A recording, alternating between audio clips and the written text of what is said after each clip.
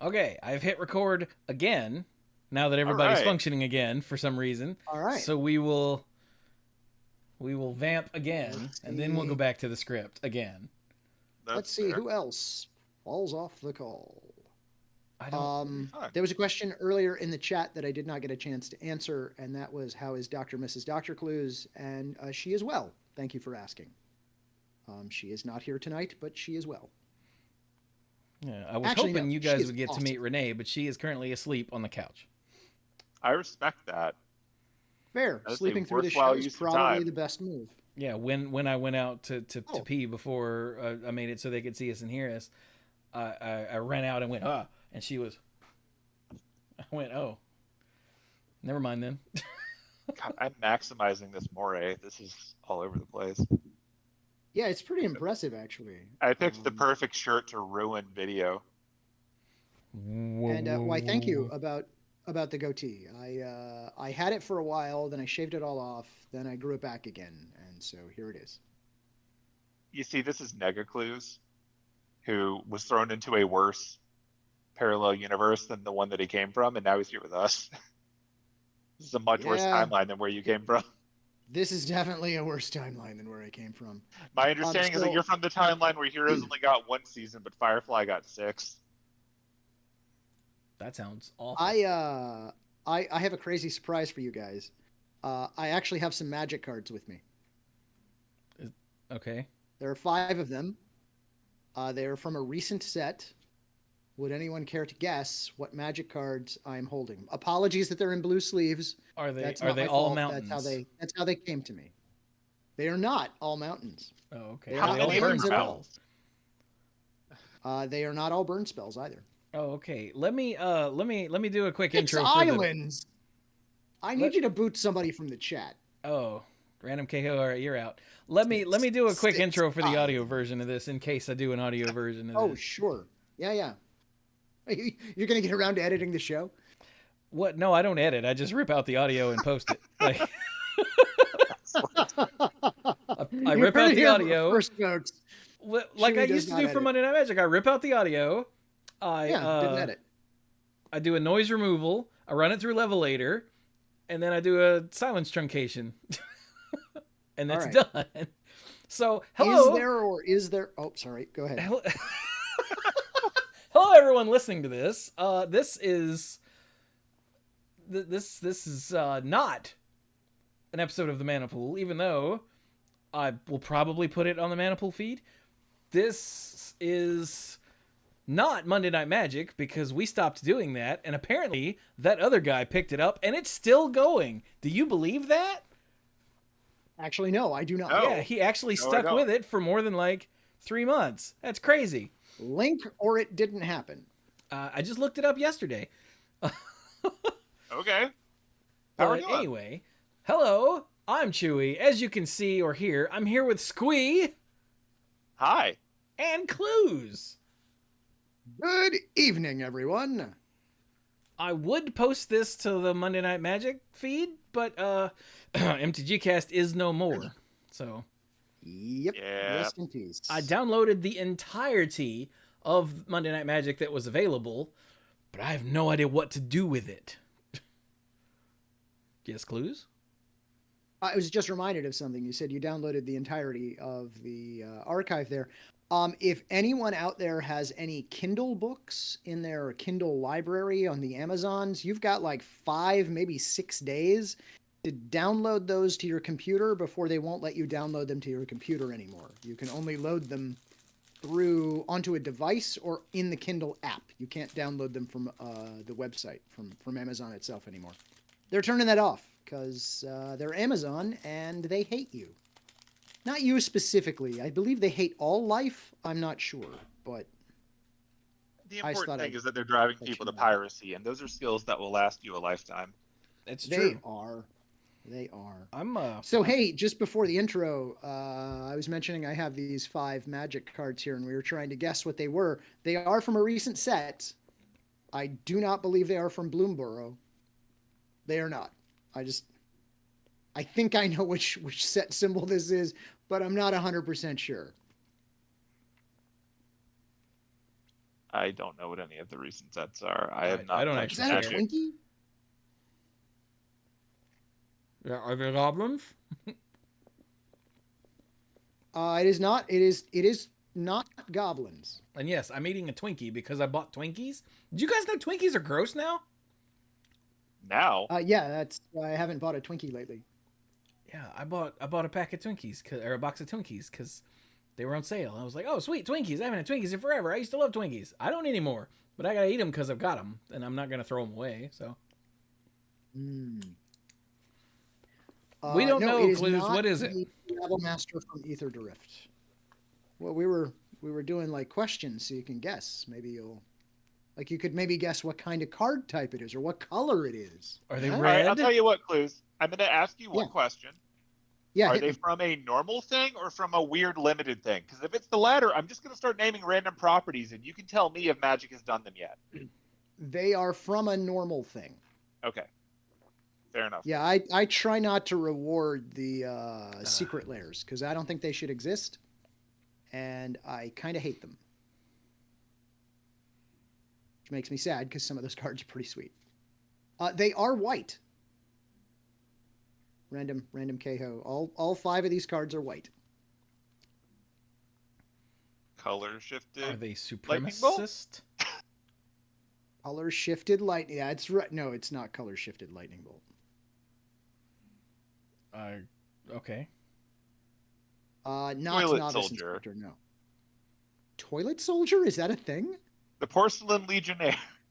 Oh yeah. Okay. No, they're from Why they're is from a that recent still in my set. brain after a decade? Why is this what sticks around? But I can't remember someone's name for the life of me if I see their face in a public setting. That's right. That's right. They are not enchantments. No. Why are we doing this instead of having a random nerdy conversation? I don't know. Well, because We I didn't think it was going to install the take this water long. squirter for Clues to get them on task. They are creatures. There are 5 creatures in my hand. Are they the same creature? They are the same creature. It is 5 of the same card. That is correct. You only need to guess the one, and you're done. Why would you have 5 copies of a white creature? Oh, is it a new version of an old legendary? No. Okay, never mind. I can't remember her name. Here's a hint. Dahlia? Yeah, that's her I name. intend to put all 5 of them into the same deck. That should be a White tip-off for pack somebody. rat? Yes, it is, in fact, although you spelled it wrong, it is heir apparent. Or hair apparent, I should say. There he is. Look at him there. Don't Look at the know little what- bunny. He's so damn cute. I don't know Look at what the the hell bunny. this is. I assume it's from the Magic Watership Down set. It Why is does from it the have a Watership star Down as the set. is that 'Cause that is Bloomburrows? that's Foundations. Oh. He looks like he belongs in Bloomborough, but he is a rabbit noble. A deck can have any number of cards named Heir Apparent. He costs 1 and a white for a 2/2. And when he enters, create a number of 1/1 white rabbit creature tokens equal to the number of other creatures you control named Heir Apparent. So the first one in does nothing. The second one in brings a buddy. The third one in Is the brings 2 mechanic buddies. behind this that rabbits have a lot of sex? Yes, that is Okay. exactly correct. Why only 5 and not more? Because I knew someone who had 5 that they were selling, and I bought them from them. So Fair enough. I'm gonna get more. This is the start. I'm Aren't- making a Aren't I'm making a rabbits commander deck. Aren't they commons? They are commons, but they are stupidly expensive because of, let me just check this wording, a deck can have any number of cards named Heir Apparent. So a lot of people are having like a 70 of them 30 planes commander deck That is correct. with yes. like a legendary Mm. other rabbit. Like Yeah, Brer Rabbit. they're like $5 a piece, so Jesus. I only have- that's right, a $5 common. Here we are. I'm Inflation. assuming that your commander in that is just MNM, because I'm sure MNM has a card by now. Yeah, the sure. candy or the white guy? Probably The white does. guy. Oh, probably. So, But Call no, it 8 Mile deck. You got there. oh my god. it's gonna be Balin the Haymaker is the the card for my commander. So why are we here other than to play guess these random cards in Cluze's hand? Cluze, I don't put know. my You dog to sleep. invited My dog us. is snoring now. Aw. Excellent. Oh yeah, you can see the part of a dog there.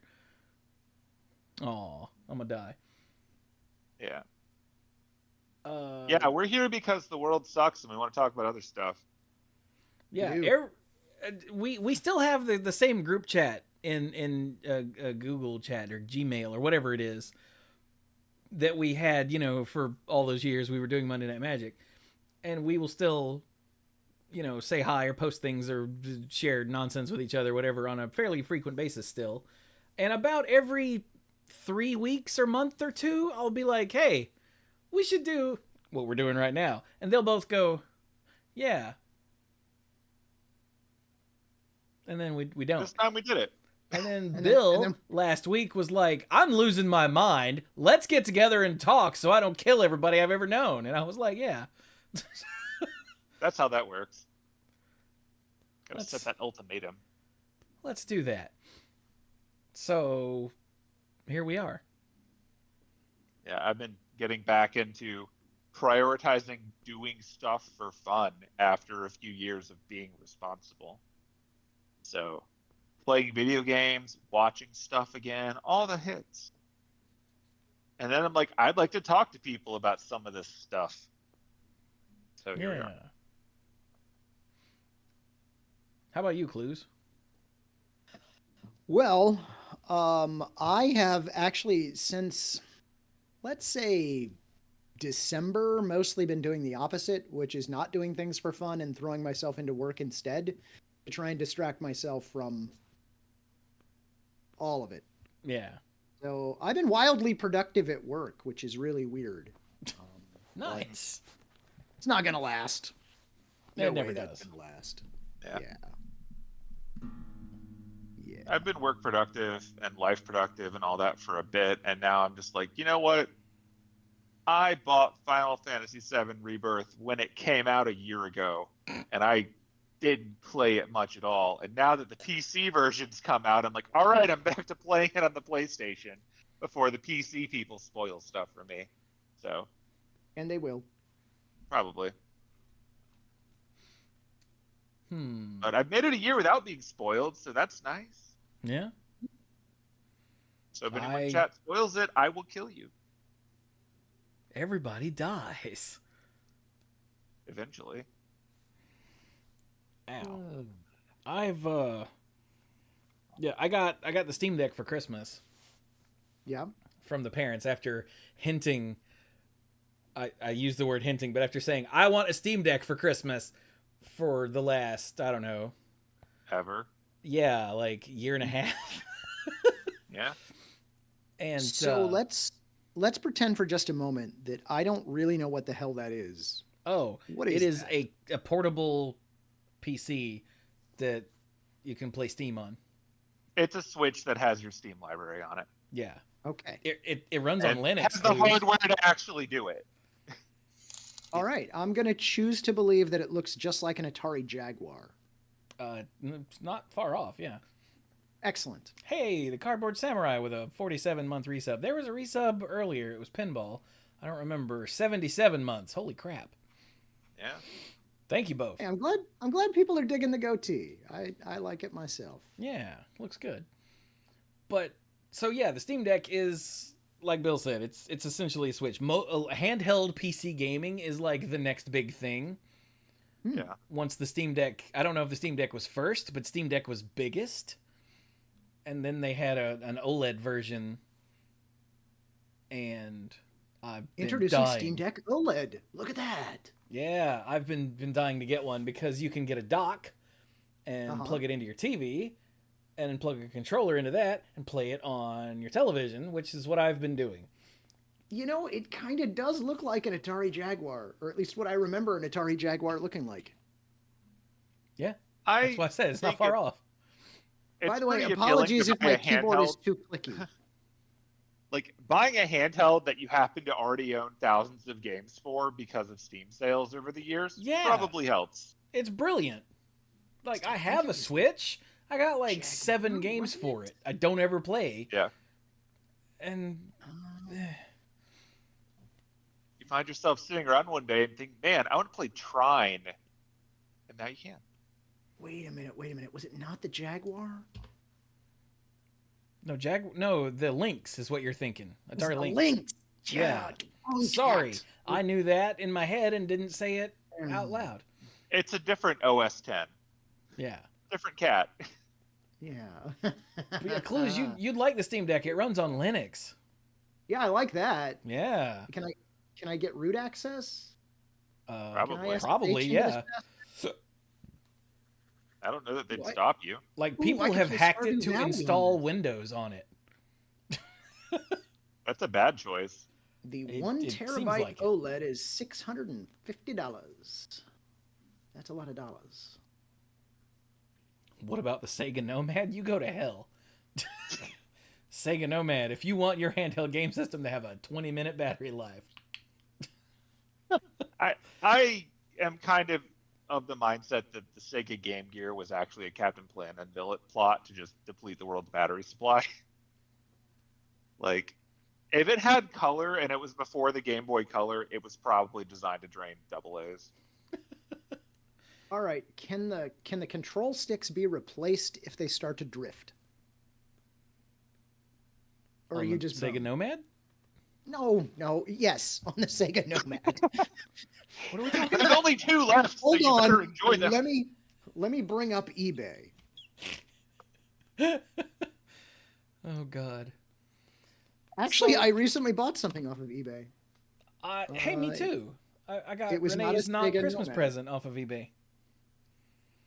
Holy crap, I can get a Sega Nomad. It is tested and working with cosmetic flaws to the screen for $400 to buy it now.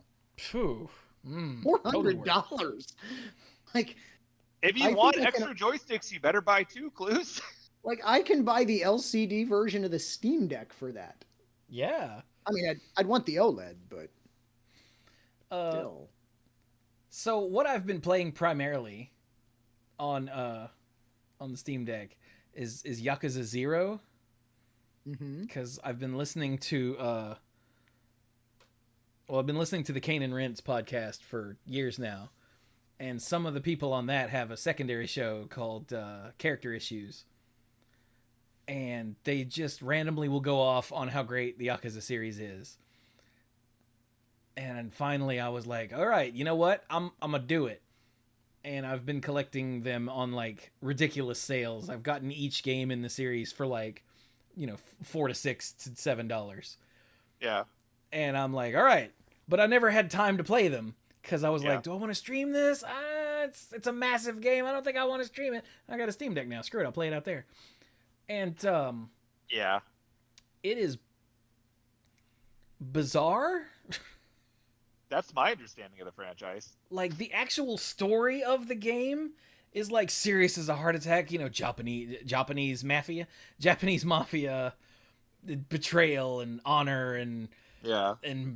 framing and blah blah blah blah blah. And then the gameplay is run around and beat stuff up, and occasionally a dude in his underwear will run up and gyrate at you, and you're collecting porn. And this guy is like, hey, I think my girlfriend is a hooker. She's in high school. Could you stop her? And you find out she's not a hooker. She's just selling her panties against her will because one of her classmates has bullied her into selling her panties. And I'm like, what? That's based on something, because of course it is. But yeah, like my understanding of the Yakuza franchise is that half of it is serious crime drama and the other half of it is Saints Row. It is. I think it's more ridiculous than Saints Row because it's grounded in reality. Saints Row stopped being grounded in reality with 2, I think. 2 or 3, yeah. The 3 is when it went completely off the rails, I think. But like 3 goes pretty crazy, and I think 4 is just the Matrix. But yeah, Pinball said, don't forget to play Mahjong and Crane games. Yeah, if I want to 100% Yakuza 0, I have to learn how to play Mahjong. Yeah, I believe it. And It's a skill so that you can learn how to lose money in real Asia. Okay. Just off the top of my head, here's some of the side activities that I've discovered.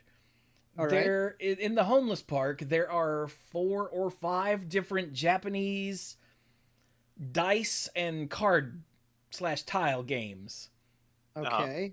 that you can play for money. So you got to play Gwent. Is that what it was called? No, I Triple think this was before Triad. Gwent, because this And is Yakuza 0 takes place in '88, so there was no Gwent yet. Okay. I think the Like a Dragon series has a Gwent side game. But you can go to the arcade and grab, the crane games. You can play Fantasy Zone or Space Harrier or Outrun or Super Hang On. Wait. You can play Space Harrier inside of an arcade inside of this game? Yeah, because Yakuza series is Well, Sega. damn, son, why didn't you lead with that? That was my jam back in the day. There's a whole, and they're arcade perfect because you're playing the arcade game. There's a whole massive thing with slot car racing, which was huge in the 80s in Japan. Yeah. There's a whole real estate management mini game. I guess it's technically an investment thing. There's you can play mahjong, you can play, I think it's pronounced shogi. It's like chess, but not. It's like Japanese chess, yeah. Yeah. In the other half of the game, because there's 2 main characters, there's a full-ass a casino where you can play baccarat or roulette or blackjack or 4 different kinds of poker. There's the Catfight Club, where you can bet on scantily clad women beating the crap out of each other. Oh, that kind of catfight. Yeah, that's fine. All right. Okay. Yeah, I was gonna say. No, not like a feline version of cockfighting. No. Right. That would be horrible. No. There's it's just exploitation of. Okay. All right.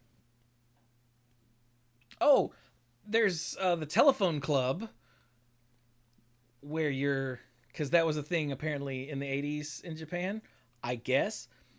I don't know. It's hard to tell how much of this is made up for the game and how much of this is real. But there's a little mini game you play to facilitate talking to girls to try to meet them to go on a date. But in the background of this mini game is a girl, video game graphics, but there's a girl in the background in a bikini just sort of laying there while the camera moves around. And the more you talk to the girl and get information, the less blurry the image gets. That sounds about right.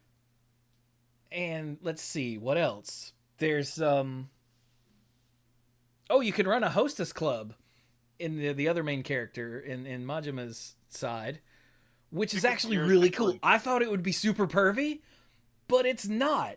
You find girls to hire for your hostess club, throughout other mini sub stories and whatnot. But the actual mini game is like a resource management actual mini game where you've got to match your girl, you've got a stable of girls over here, and customers come in and this person wants to party and prefers girls that are sexy, so you've got to match from your stable of girls with that, and then you've got to, it's all time, it doesn't matter the details, but I really thought it would be super pervy, but it's not. It's actually like a lot of fun. And I've got Yakuza is organized crime, so you're doing the actual organized crime part. No, it's all the real estate thing, and the hostess club is all completely above board. Because neither of the main characters are actually in the Yakuza at this point. Oh, good. Okay. Which is weird. But I've got, as of today, I got Steam right here. I can look. I've got 101.8 hours in Yakuza 0, and I'm just over halfway done with the story. But nice. I'm mostly done with the vast majority of the side stuff.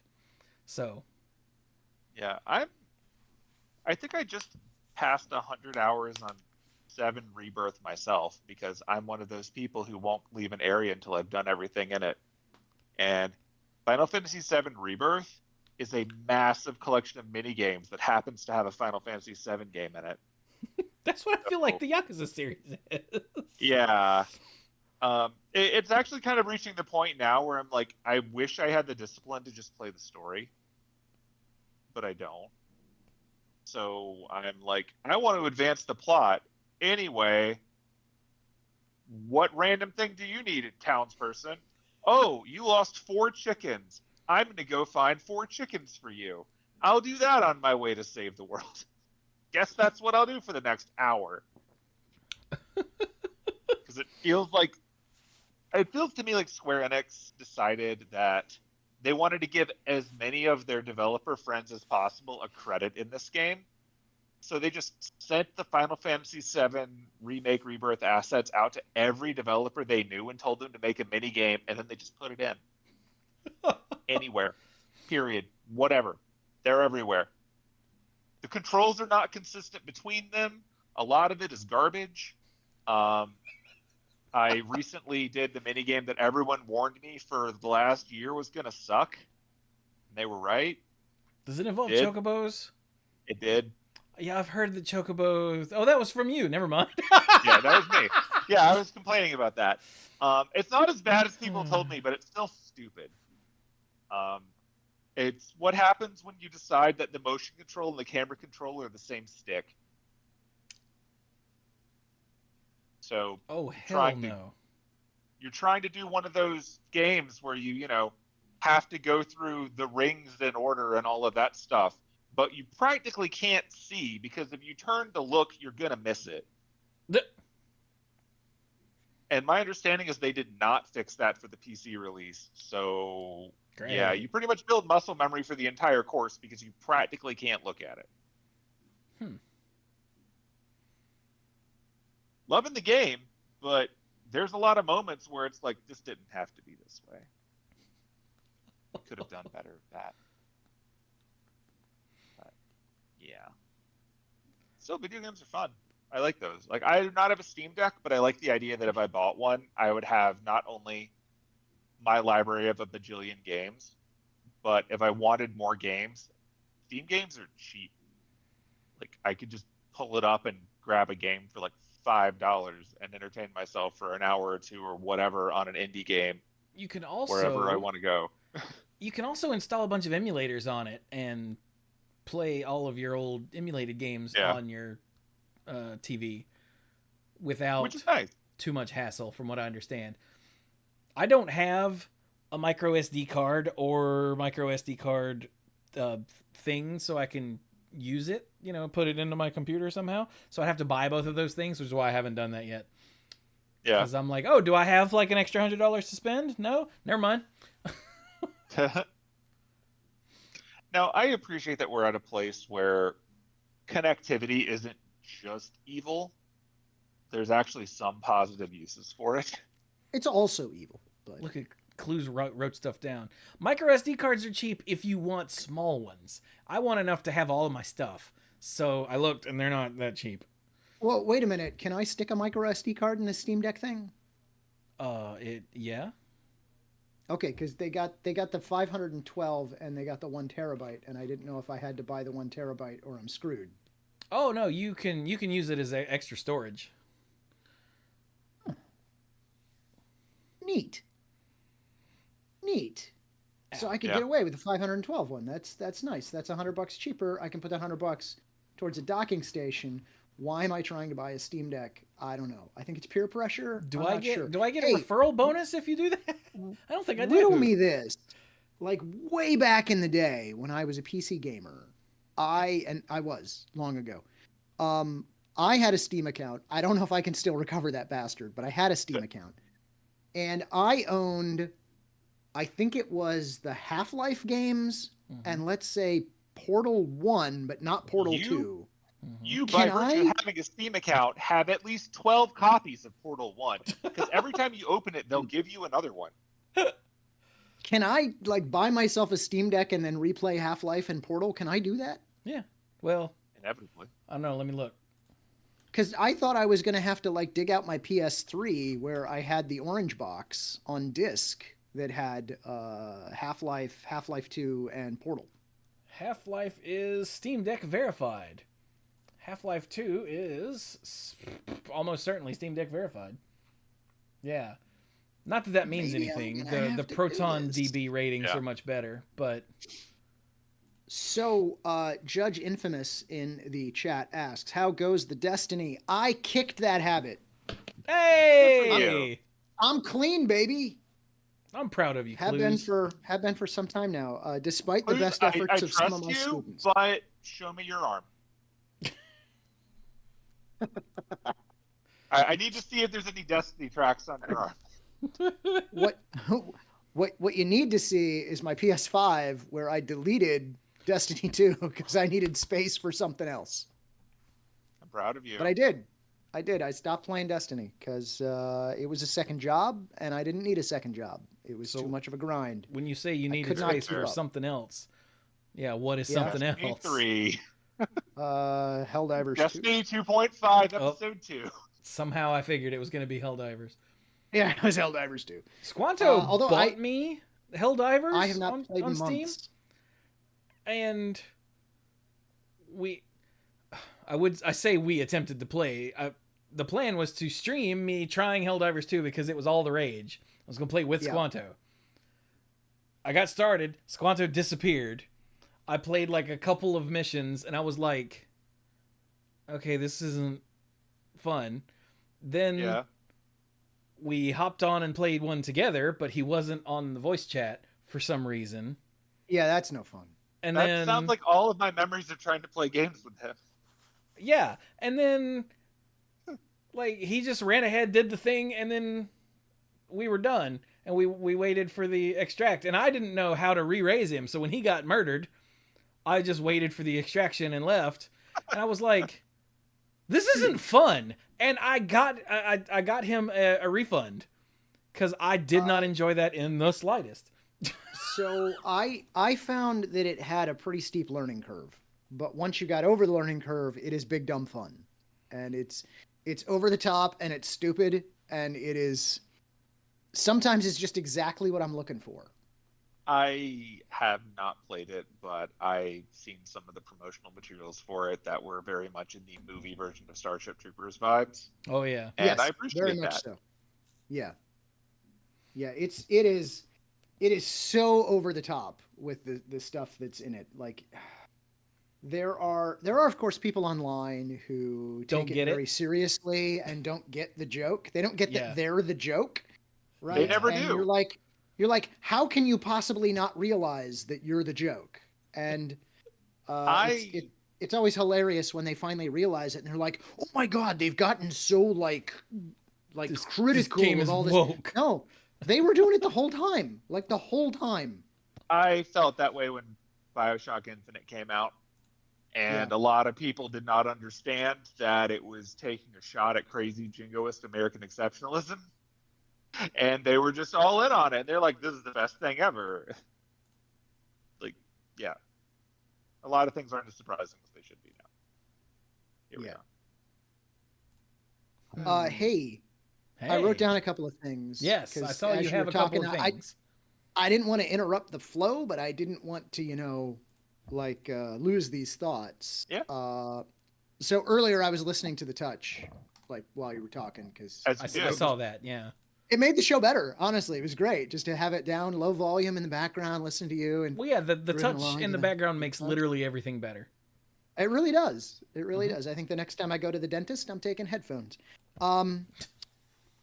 At one point you were talking about, let's say Yakuza the games. Yeah. Let's say, there's this YouTube channel that my wife and I stumbled upon that is absolutely spectacular that I want to recommend to everybody.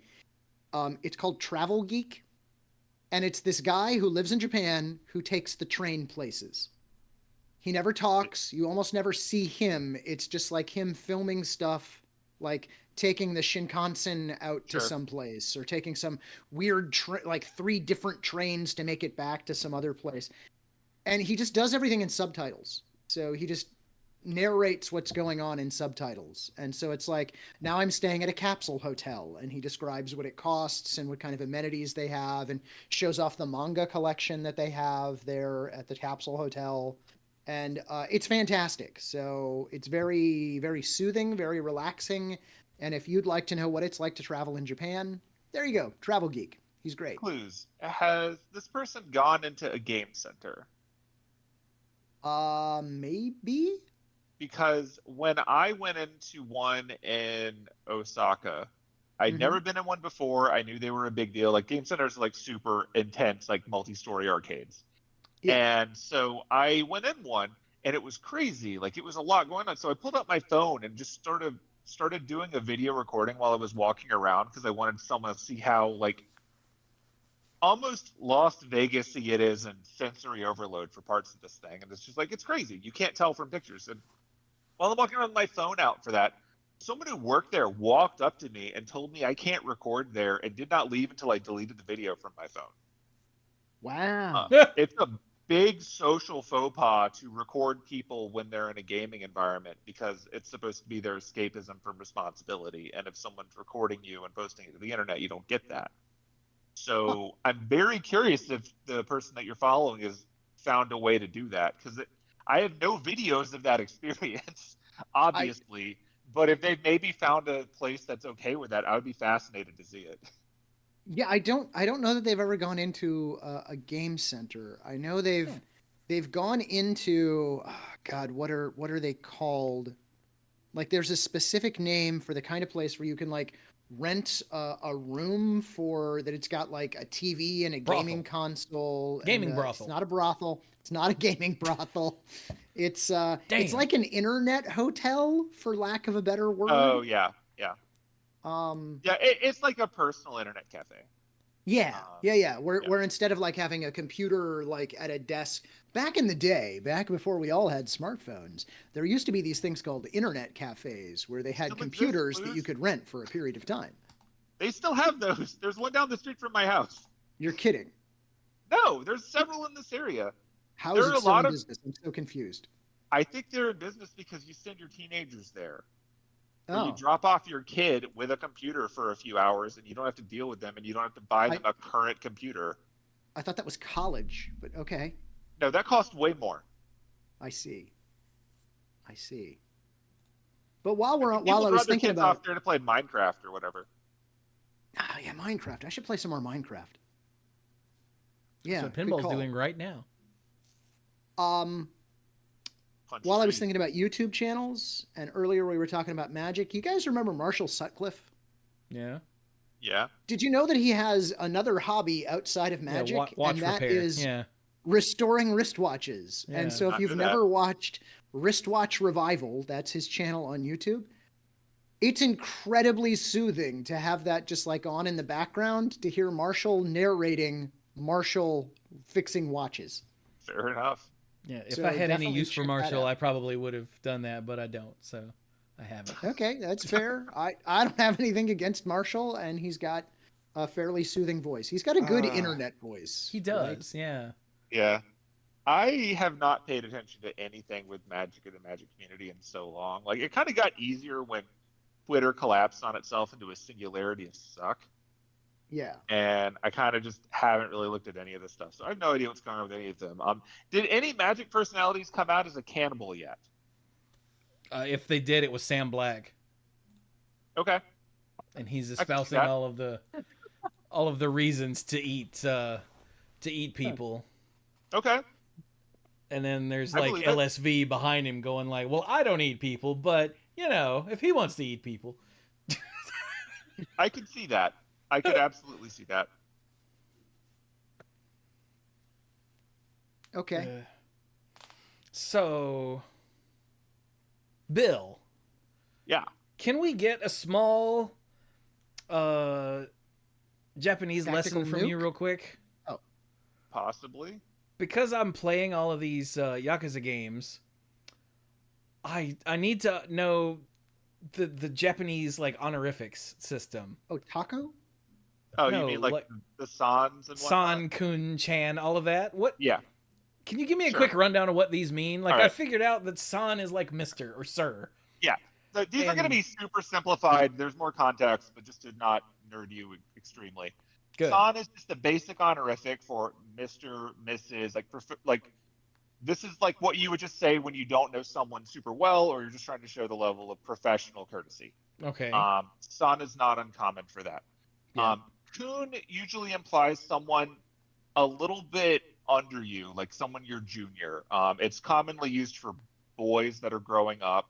Some people would use that to refer to like a friend's little brother or something. As adults, you can use it too, but it usually implies you're talking down. Um,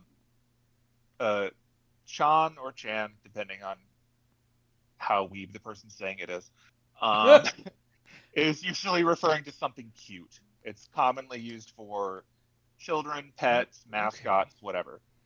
Um, Depending on the context of it, like your game is in the 80s, so they're probably not saying this, but you might hear Tan sometimes, Well, might which hear is what? just like Tan, like Tan, like Haven't seen whatever that one. I've Tan. seen Han. Yeah, that was something that came up more in the internet era. That's like the next level of infantilization. So that's like referring to someone as cute, but more. So that's just something that really just nerds say Oh, okay. when referring to like the cutest, like little animal, magical girl, whatever kind of thing. So like the dog Um, behind you. you could, yeah, you could. Like I think they usually refer to it as like the cutest idol or the cutest like small Japanese kindergartner with the little yellow hats or whatever. Like those could maybe get that kind of description. It's just extra cute.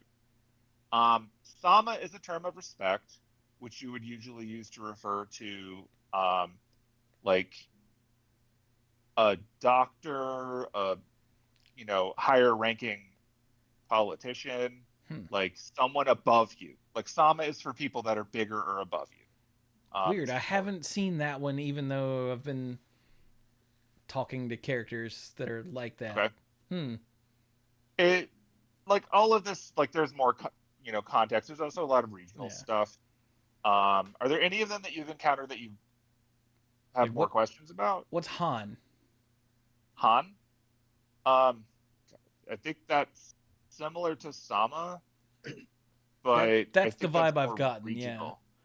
I think that's the annoying thing with Japanese is that for most words, the same meaning can have like three or four different sounds based on how important that person is in relation to how important you are. Hmm. There's like the words for people on your level, the words for people above your level, the words for people below your level, and then all the weird corner case extra ones that are just used for like your dog or whatever. Um, which is why the language is miserable to learn. But yeah, I suspect that I never used Han, so I could be wrong, but if I remember right, I think it's also for people kind of higher than you. Yeah. So that's the vibe I've gotten. Like all of the voice acting in Zero, at least, is in Japanese. Right. But then the English subtitles use, such and such, like Kiryu-san, or when he went into the main character is Yeah. Kazuma Kiryu, or Kiryu Kazuma, depending on. I think Kazuma's his Sure. first name, so it'd be Probably Kiryu that's more Kazuma. of a first name. Yeah.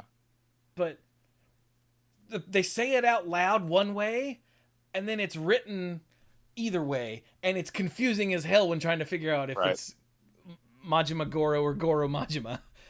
Right. And Like it's some both, but I don't know localization which one is people, which. yeah, some localization people will reorient it to the way that we do with a like personal name followed by a family name. Others don't.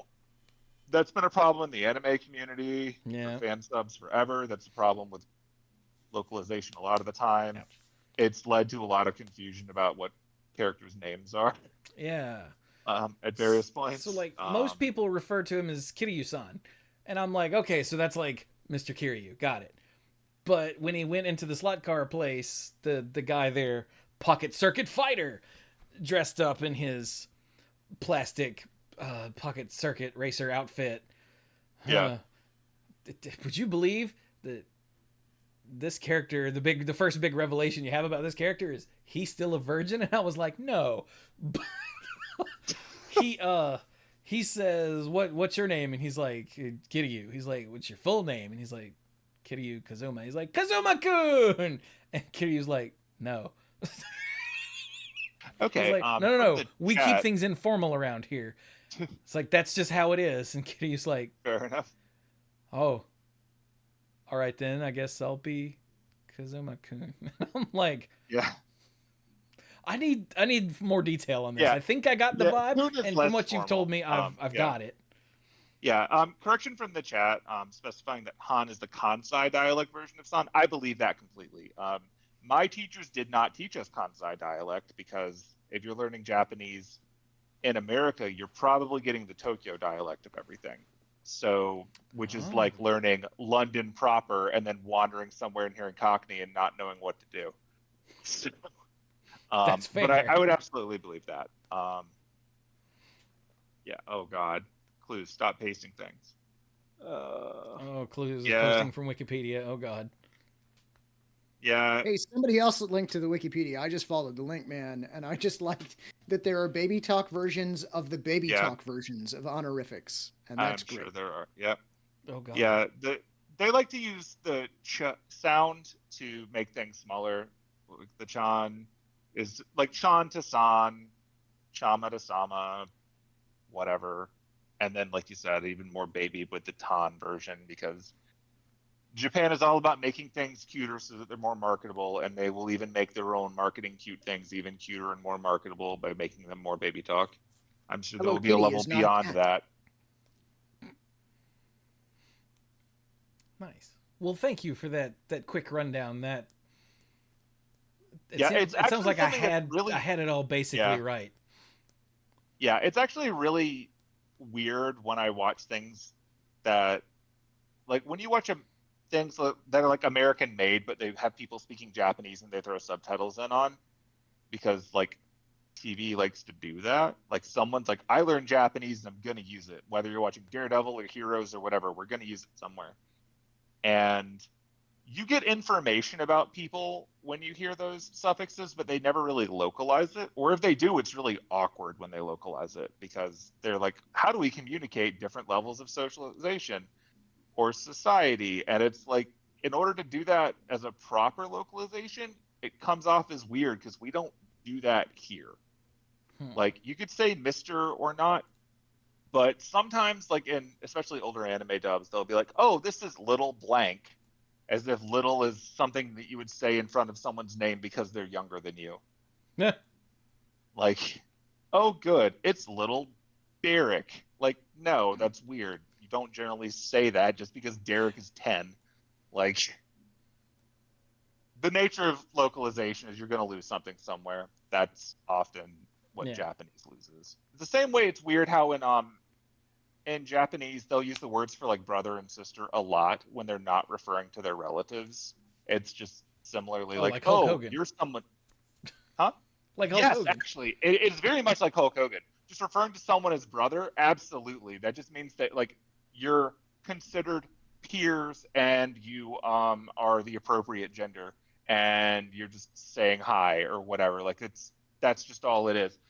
But that led to a lot of weird stuff again in like the fan sub era where people who refused to watch the dub because that's not the proper Japanese, but also didn't know Japanese, would hear someone go Onisama and they'd be like, ah, yes, that is his sister that he's really into, when in reality they're just people of the same age that are friendly. And it created a lot of really weird understandings of what was going on in anime in the 90s. Now they do that normally in anime, which is worse. But at the time, it was a misunderstanding. My hobby sucks. Speaking of anime, if I can ask another anime question, would that be okay? Never. Sure. I mean, yeah. I'll try to answer it. Always. So sometimes I've got a coworker who is younger than myself. Recently joined the department, and he made a passing mention today that he is watching, I believe, Dragon Ball Z Abridged. Mm-hmm. Okay. Are there Nazis in Dragon Ball Z Abridged? Yes. I mean, Dragon Ball Z Abridged is a parody. It's a YouTube Because parody. he There are, he implied that there were like space vampire Nazis. Is this a thing? I mean, I'm not gonna lie, I stopped watching so them a long time ago. So I don't remember there being space vampire Nazis in Dragon Ball Z Abridged. Actual Dragon Ball has a movie at one point where essentially everyone evil is wished alive at once, and they do encounter Hitler and the Nazis, and they kill them because they're super powered, and Hitler and the Nazis are very easy to kill when you have superpowers. Yeah, that's fair. It's like a throwaway gag that Hitler and the Nazis come back, and then like one key blast wipes them all out. that's pretty great. Um, like in terms of like, I don't remember any space vampire Nazis in Dragon Ball Z or Dragon Ball Z Abridged. They're definitely fascist at various places. There's currently a Dragon Ball anime going on right now, but it doesn't have Nazis in it. Okay. Hmm. All right. Thanks. Well, that was random. Appreciate it. Yeah, sorry. It actually came up in conversation this afternoon. If you'd like to and kill I thought Nazis to in myself, anime, Hellsing. Oh yeah. All right. That has vampires that kill Nazis and Nazi vampires being killed by non-Nazi vampires. Hellsing is super violent. It's wonderful. Anyone watched the new Castlevania series? Like there was the I have original. not seen it yet. Yeah, I haven't watched Then there's Nocturne yet the either. new one. Nocturne? Yeah, Nocturne. Is this That's the- what it's Yeah. called. Is this the Richter one? Yeah. Season 2 is Yeah. coming Yeah. soon, or is out now? No, I think it was just announced. I can't remember. Yeah, I have not. Oh, it's already seen out. it. Okay. I like. Yeah, the I old haven't one. watched Nocturne yet. Yeah, I enjoyed the original series. Yeah, I finally finished the original series after the miserable slog that was season 3. I thought I season hated 3 that. would never end, Season 3 was awful. but once I got to season 4, it was fine. It was fine. Yeah, Which I one think was that season the original 3? Castlevania peaked at the end of season 2 with the actual like when they start playing Bloody Tears and you're in like the castle and it's just Yeah. everyone is going off at once. That's the peak of the show. I was super And then it hyped. went for 2 more seasons. Yeah. Like I don't know. Whenever you start playing like Castlevania music, I'm having a good time. They spent way too much time standing around not playing Castlevania music in that show. God, and that's all season 3 was standing around not playing Castlevania music. Season 3 was setting up season 4, and some of the things that they set up didn't pay off.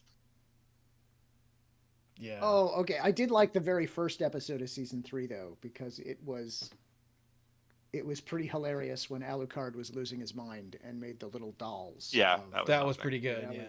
That was fun. I I also liked liked the when bit. she froze Trevor's beer Yeah, because he said something stupid. I like the part in season 3 where Saint Germain keeps talking about how he's the only person who knows what toilet paper is.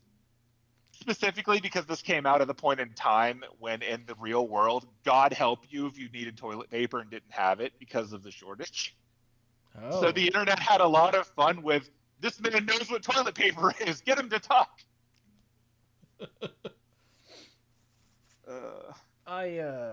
But yeah, I've heard a lot of good things about season 1 of Nocturne, and I went, I gotta watch that. And I have a Just lot haven't. of shows to catch up on. I need to watch the second season of Arcane. It came out when I was incredibly busy and I did not get a chance to watch it, but it is on my to watch list when I have like a Saturday where no one's going to bother me because I'm just going to watch all of it. My understanding is it's probably not as good as season 1 because season 1 is like in the top 5 animated things ever. So I'm not holding that against it, Jesus. but I am I know it was looking forward that to good. seeing it. The first season of Arcane is I've seen it fairly compared to like Into the Spider-Verse. I kind of enjoyed all of it until the end, like the very end of season 1, when I just decided to hate a character, just straight That's up. fair. Like, That's fair. don't want to get that. spoil anything for Yeah. folks who haven't watched it, but Season 1 was very good. I'm eventually going to watch season 2. Likewise, I need to watch the new season of Infamous that just came out like a week ago. Yeah, I just started watching that. I The new Or think season of I'm what? Invincible. one Sorry, not episode Infamous. behind. Invincible. Yeah, Invincible. That I knew what you Yeah, meant. Yeah, yeah. yeah. I had no Look at this. idea. I It's was like, Cole McGrath. Infamous got a show. No, The no. The PS3 game. PlayStation superhero does not get a show. PlayStation game. He knows what he Yeah. did. No, Invincible. Like I'm gonna definitely watch that. I enjoy the fact that even though the books have been out forever, I have not really had anything spoiled, and I appreciate that. Again, don't tell me stuff. I'm enjoying watching it as it comes out. I still need to watch that. Yeah. What season is this now? 4? Three, 3. three Oh, just okay. I'm Three, not as far season behind as I three. It thought. was a long delay between season 1 and 2. I think Hmm. it just took them a while, but once they kind of got clear of the first season, they're like, okay, we're going to be releasing these at a regular clip now. Are we ever gonna get season 3 of One Punch Man I think we did. in Did we? American? I don't know. Because it's I not think. on Hulu or Netflix with which is where I watch them. Um. Oh no, it comes out this year. It was just promos for it. It hasn't come out yet. Oh, okay. But it comes but out it's this coming. year? Yeah. Allegedly. Allegedly. Cool. Speaking of allegedly, think Renee and I are about rewatching allegedly. Letterkenny. I'm sorry, rewatching what? We're rewatching Letterkenny Oh, excellent. because she Allegedly. hadn't watched, I think she said, like the last couple of seasons. She's like, oh yeah, I should just start over. And I was like, I'll watch it with you. So that's what we've been watching. I think there's a season of Shorzy I need to watch. Yeah, I haven't seen the 3rd season of Shorzy yet either. I never watched the last season of Letterkenny because it's the last one and I don't want it to be over. That's totally fair. Before Yeah. that, she got me into watching freaking the Great British Bake Off. Or no, what's it called in America? The Great British Baking Show. Yeah. Yeah. Which I didn't want to get sucked into. I got sucked into hard. It is delightful. It is so good. And then because we watched a couple series of that, and then we flipped over to Netflix and we watched the first 2 seasons of the American barbecue showdown or whatever it's called, because it's the same idea, just American and with meat, and she loves meat.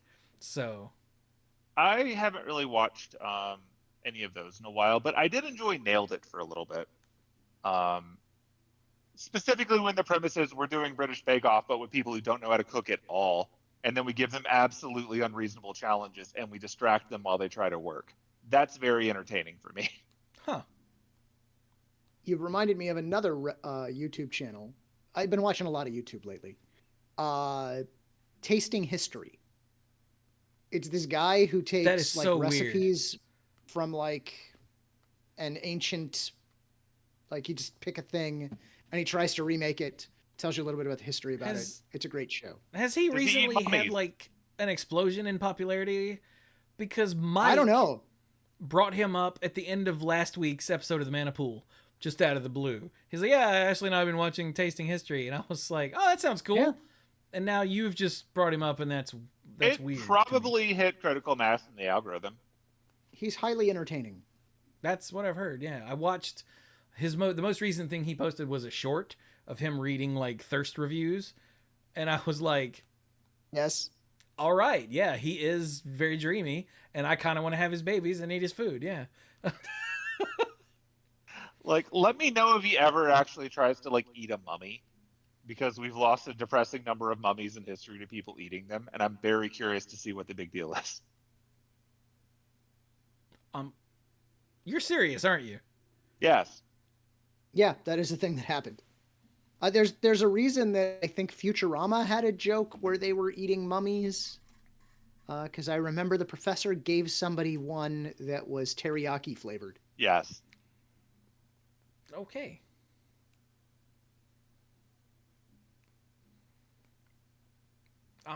Yep.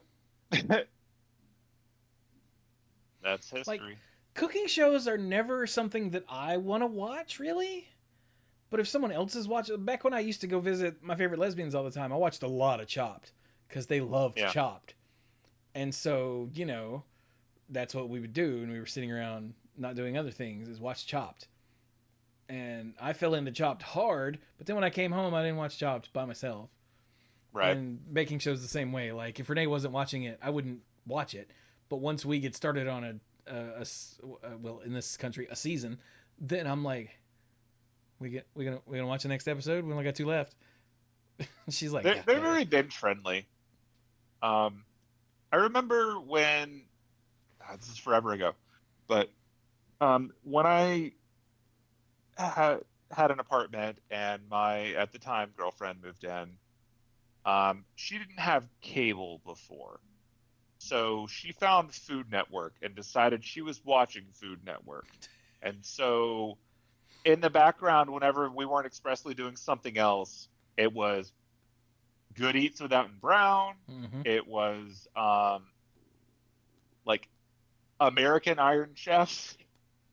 It With the was guy from Double Dragon. yes. Well, the guys from Double Dragon and The Crow. Yeah, but we don't hold that against him. I mean, it was a choice. And yeah, like DeCascos. Mark DeCascos. Mark Dacascos. Yeah. Yeah, there we go. Yeah. Yeah, like those would be things that would be on like various like competition shows, Beat like Bobby Ace of Flay. Cakes, all of that kind of stuff from that time period was like on all the time. Um, and like for a few years there, because that was the background noise, I knew a lot about all of these cooking shows. And then when we broke up and she didn't live there anymore, I stopped watching all of it. Yeah. It just was the thing that like in the background it was fun. Like I didn't dislike the shows, but I didn't like go out of my way to leave them on. I pick different background noise when it's just me. And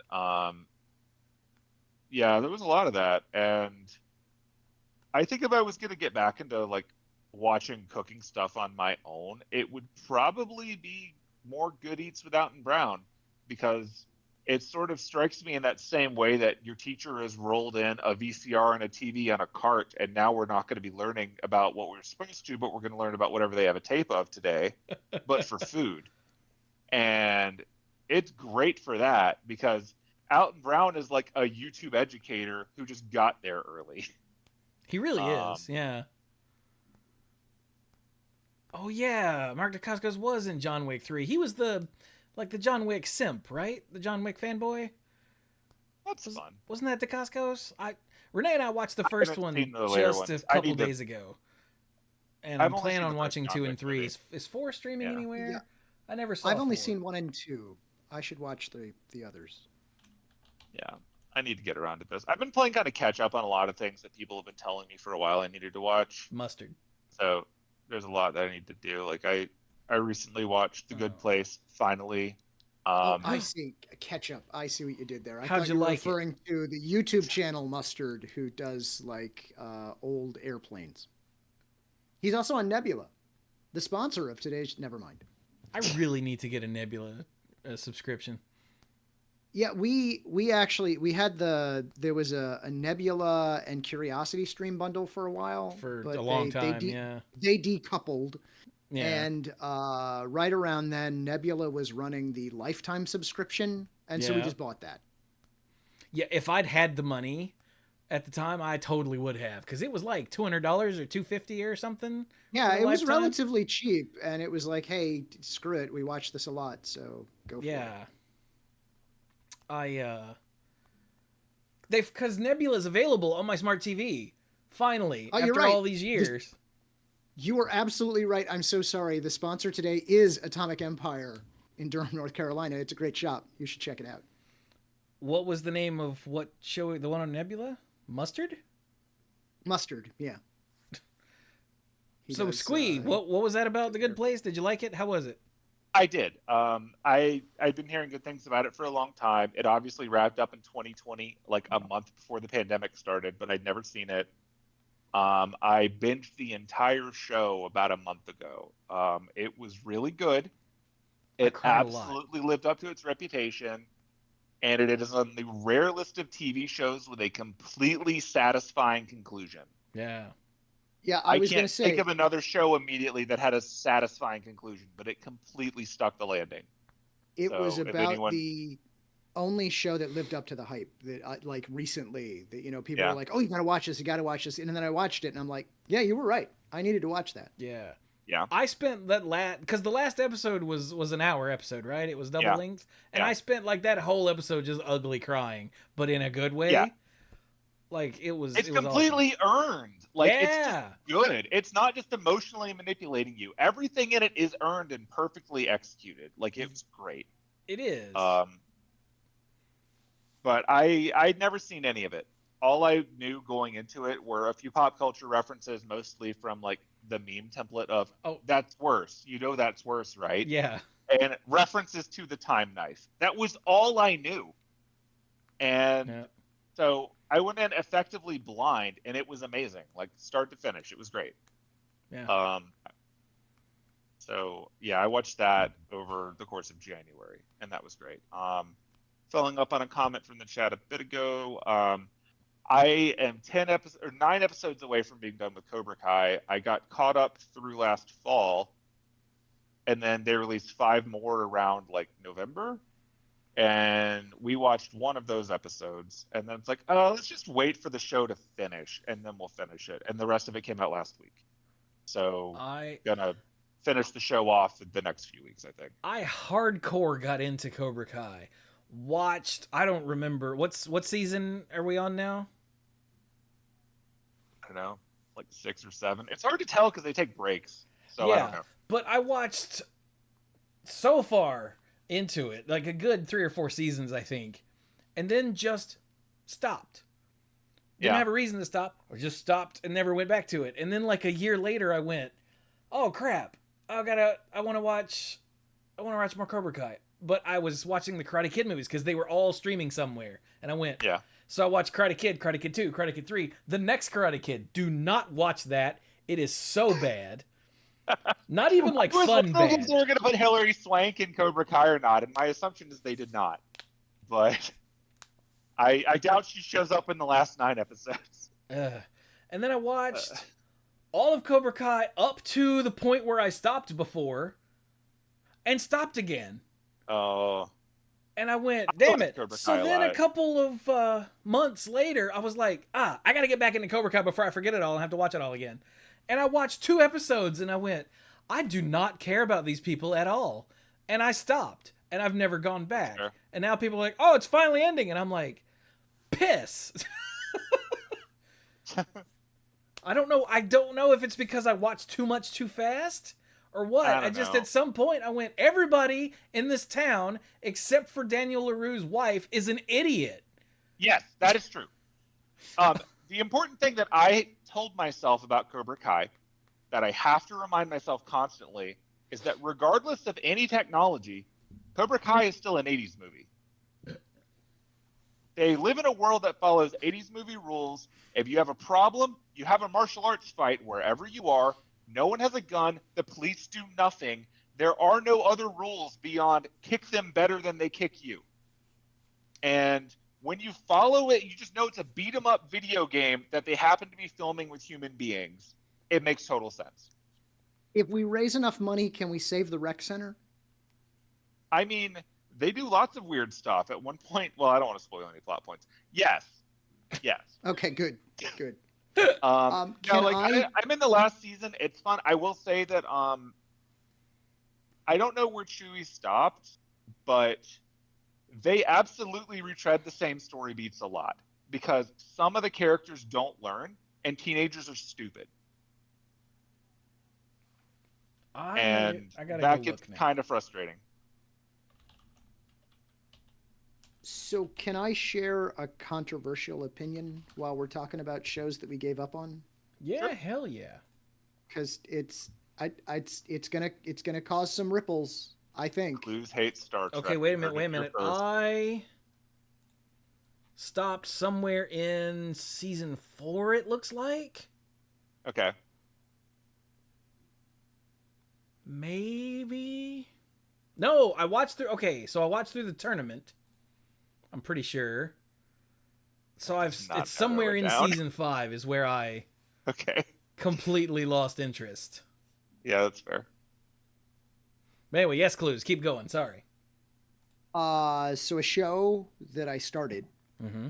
and then I could peace out. That's what I had to do. That's One Piece. That's Like, understandable. not the live action. The live action was fine. It wasn't No. that long. Like, I could just do it. But One Piece, I got, I don't know, maybe 40 episodes in, and I'm like, there's like 1,000 of these bastards. There's Like, more than 1,000 episodes. It's okay to stop. I stopped at can't. 27. You I stopped at just 27, can't. you said? I stopped at the end of what felt like a normal anime series length at the time in the late 90s. I'm like, I understand enough of this to know that this is going to be popular for a while. I don't want to keep up with this. Yeah. And There's I was fine just with too that. much. It's going to go forever. Yeah. And that's okay. It's just not for me. It will be like the last episode will come out, and then the heat death of the universe. I that order. assumed that when the big crunch finally occurs, the last thing that can be observed will be Luffy stretching, and then the new universe will be built in his image. It will have a hat. It'll be the Straw Hat universe. Yep. Yeah. Instead But of Galactus, I did it'll enjoy just the have a live giant action. guy in a straw hat. I thought the live action One Piece was good fun. So if you for some reason decided you wanted to One Piece, there are absolutely internet guides for how to watch One Piece without losing your mind. And they are pretty much, you can skip these arcs because they're filler. Here are the ones where you can skip to 10 minutes into each episode and just watch the second half and get the entire plot, because they repeat the first 5 minutes and the last 5 minutes every episode, because the manga does not come out fast enough to sustain their release schedule. So you can just trim episodes down to about a third their length and keep up with it. Hey, Bill. Okay, Bill, your Yeah, camera I'm a ghost focused on your hand and never came back. Yeah, there we go. All right. That's Thank fun. you. Thank I'm you, like- Windows 11. Bill smeared some Vaseline on the lens when we weren't looking. It's that filter It's that they rules. used. We're still going to be fighting. We're going to take care of the problems at the mall with the other Yeah. gang of kids. It's that- Honestly, yeah, Cobra Kai is just about gangs. It's that filter that they used in the original Star Trek. Anytime there was the woman of the week on screen, Ooh. it was just that blurry filter. Excuse me. Yeah, it's totally fair to not try to finish One Piece. Okay, Uh, fair. I had a joke running for a while where I told someone that if I ever really wanted to make a ridiculous internet series, I would decide to watch 3 episodes of One Piece a day on a treadmill, and then just post how much weight I lose and what shape I get into by the time I'm finished with One Piece after about 3 years of an hour a day on the treadmill. And that would be my story. Here's how I lost all this weight. You won't believe that one trick. It's I called guess using this one trick. crap loads of exercise. It's the One Piece one trick. Okay, it's just other comments. Severance is great. I finally saw the first season of Severance. I'm watching season 2 as it comes out. Did not know Okay. I was going to like Severance. What is It what is great. season 2? What is Severance on? Where's Yeah. Severance? Severance is available on Apple TV, or it's available on the rest of the internet That's a based good on point. your Yeah. personal morality. Right. Severance is very good. That's what I've heard. I like Adam. What's his name? Scott? What's Yeah, what's Adam- the yeah. premise? All right. Without spoiling anything, Yeah, please. the basic premise is there's a company that people can go to, and if they work there, you get brain surgery that makes it so that while you're in the company working, a partitioned part of your brain with essentially a different personality and no memories of your outside life is the employee. So you show up for work, you blink, and now you're at the end of the workday and you're going home. And on the flip side, your entire existence is work. And I won't say anything else because seeing how that plays out is the Yeah, show. that's the premise. Okay, I got that alright. from a trailer of some sort, and I was like, Yeah. I thought this was about something else. That's Succession, I think. That is different. That's a much Succession different is show. about Fox Which News. I thought I was watching Not- a trailer not for the same thing. Succession. It Yeah. was Severance. Severance is amazing. I would say that Severance has some of the best character acting I have seen in a very long time. If you care about acting talent, if you care about nuance in acting, it's amazing. And it's only got one season, and it's halfway through the second season now. So it's not that much to catch up on. It is absolutely a mystery bag and or a mystery box show. There's not a lot of information to work with, and if you play catch up, this is not adapting anything, so no one knows, and that's great. Like it's a great show. Also, if you've ever worked in white collar anything, you're gonna get flashbacks. Um, there's a lot of corporate culture on display, and oh god, my friend who worked at Amazon is like, "Yep, Oh. yep." So yeah. Uh, Oh, Piccolo said you guys have faces that don't age. Hey, screw you. I mean, I still remember when we tried to take pictures of, um, was it you, Chewie? Like, who was it that we took pictures of and it was always blurred? Oh, that was Jack. That was Jack. You're right. Yeah, It was because Jack. Jack Yeah. just didn't appear on film for the And longest Jack's time. a freaking cryptid. Like, every time we took a picture of him, it was smudged. It was like that Are You Afraid of the Dark episode or something. It was very strange. Yeah, it was like The Ring. Or no, yeah, The Ring. Once you watch the video, then all the pictures taken of you were. Yeah, it was very odd.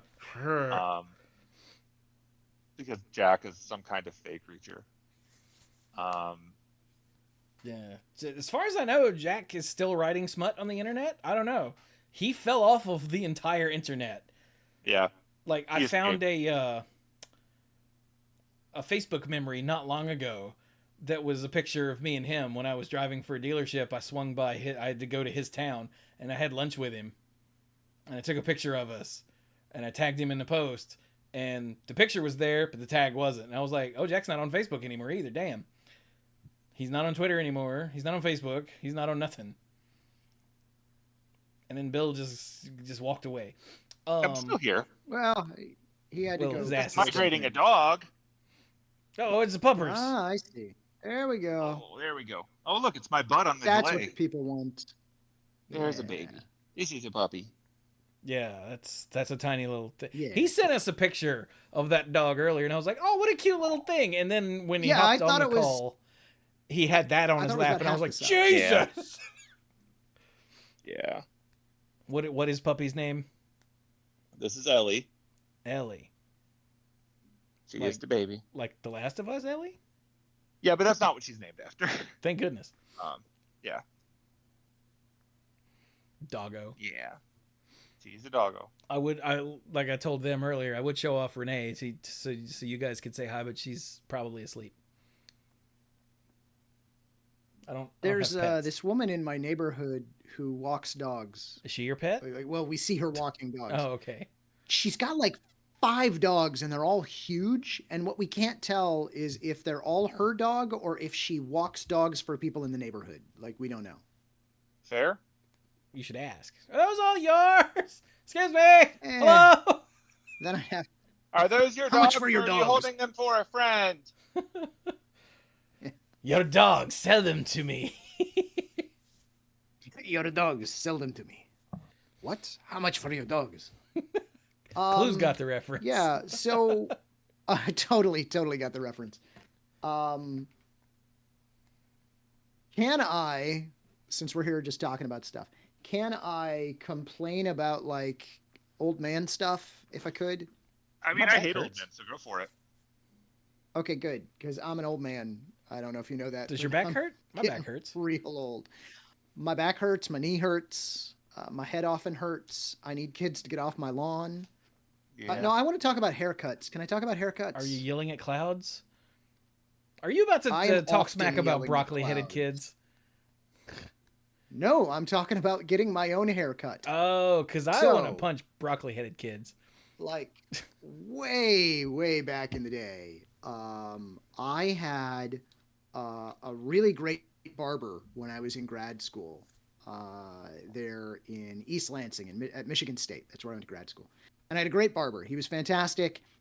He was a retired Navy guy, and he and I would chat about all kinds of stuff. Gave me a great haircut. Fantastic. I then moved away, and when I came back, I went back to the same barber shop, and he had passed away. So Oh no. I lost my barber. You were the And only thing since keeping then, him alive. I have basically not managed to find like a good barber since then. That's right, from grad school. I graduated from grad school in like 2008. I was gonna say that was I found some 43 years okay ago. places to get my hair cut occasionally. And I had a barber here in Mount Pleasant, where I work now, near the university. And he didn't die. He just closed up shop. Like, I got a haircut. The next time I needed a haircut, I came back, and there was just a sign on the door that it was closed permanently. He's just gone. He was a younger guy too. He was like, I don't know, maybe like 35 or something. Like, I don't know why he just closed up shop, but he did. And so then the pandemic rolls around, and you're just not getting a haircut. No. So I cut my own hair. Right. And I got pretty good at it, but it's kind of a pain. Like, it's hard to do to cut your own hair, particularly getting the back right is really tricky. But I got okay at it after the first one. The first one was not good at all.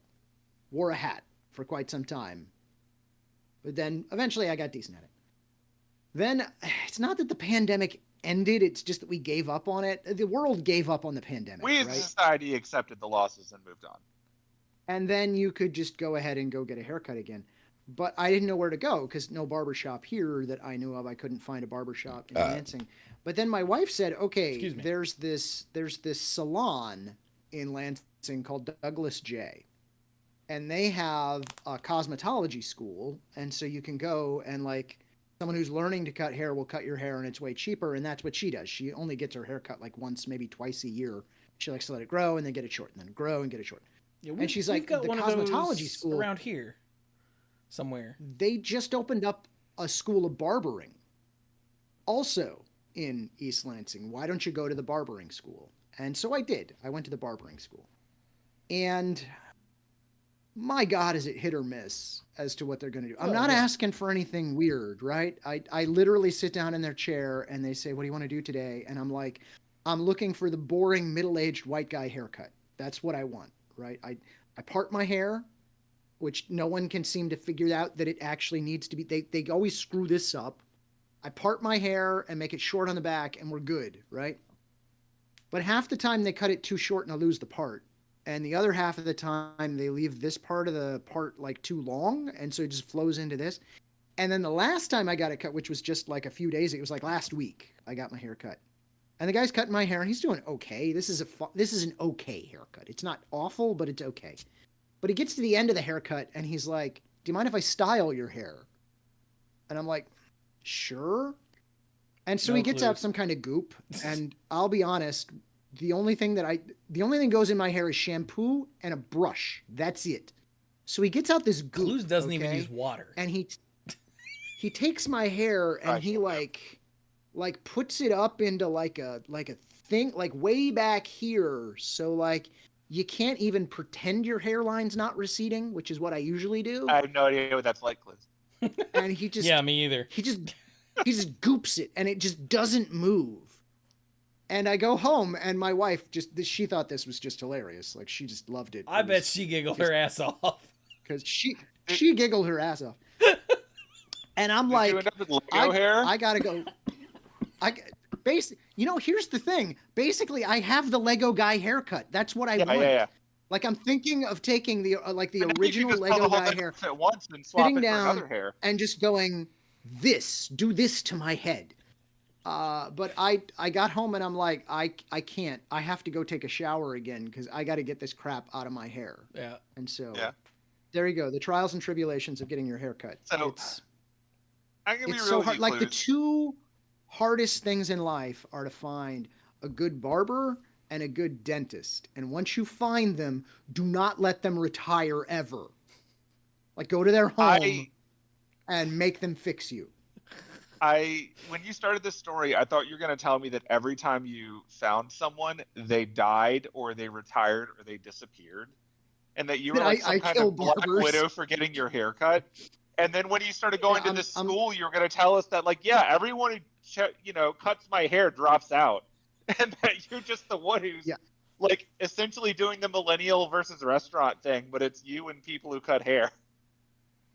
Yeah, I'm like I'm the worst Stephen King short story ever. It's just a guy who goes to a barber once and then they die. Yeah, they just call it clipped. So there's a great clips just like right over there.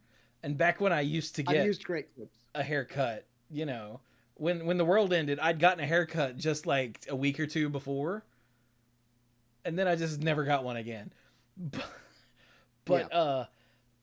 they would always, after they're done, they would always get a handful of crap, some goop, as you put it, and start doing this, and they'd reach for my head, and I'd go, whoa, no, and they'd be like, what? And I'm like, no, it's all natural, man. Just no, thank you. And they'd go, oh, and like multiple different people, like that's just what they do now is they put shit in your hair whether you want it or not.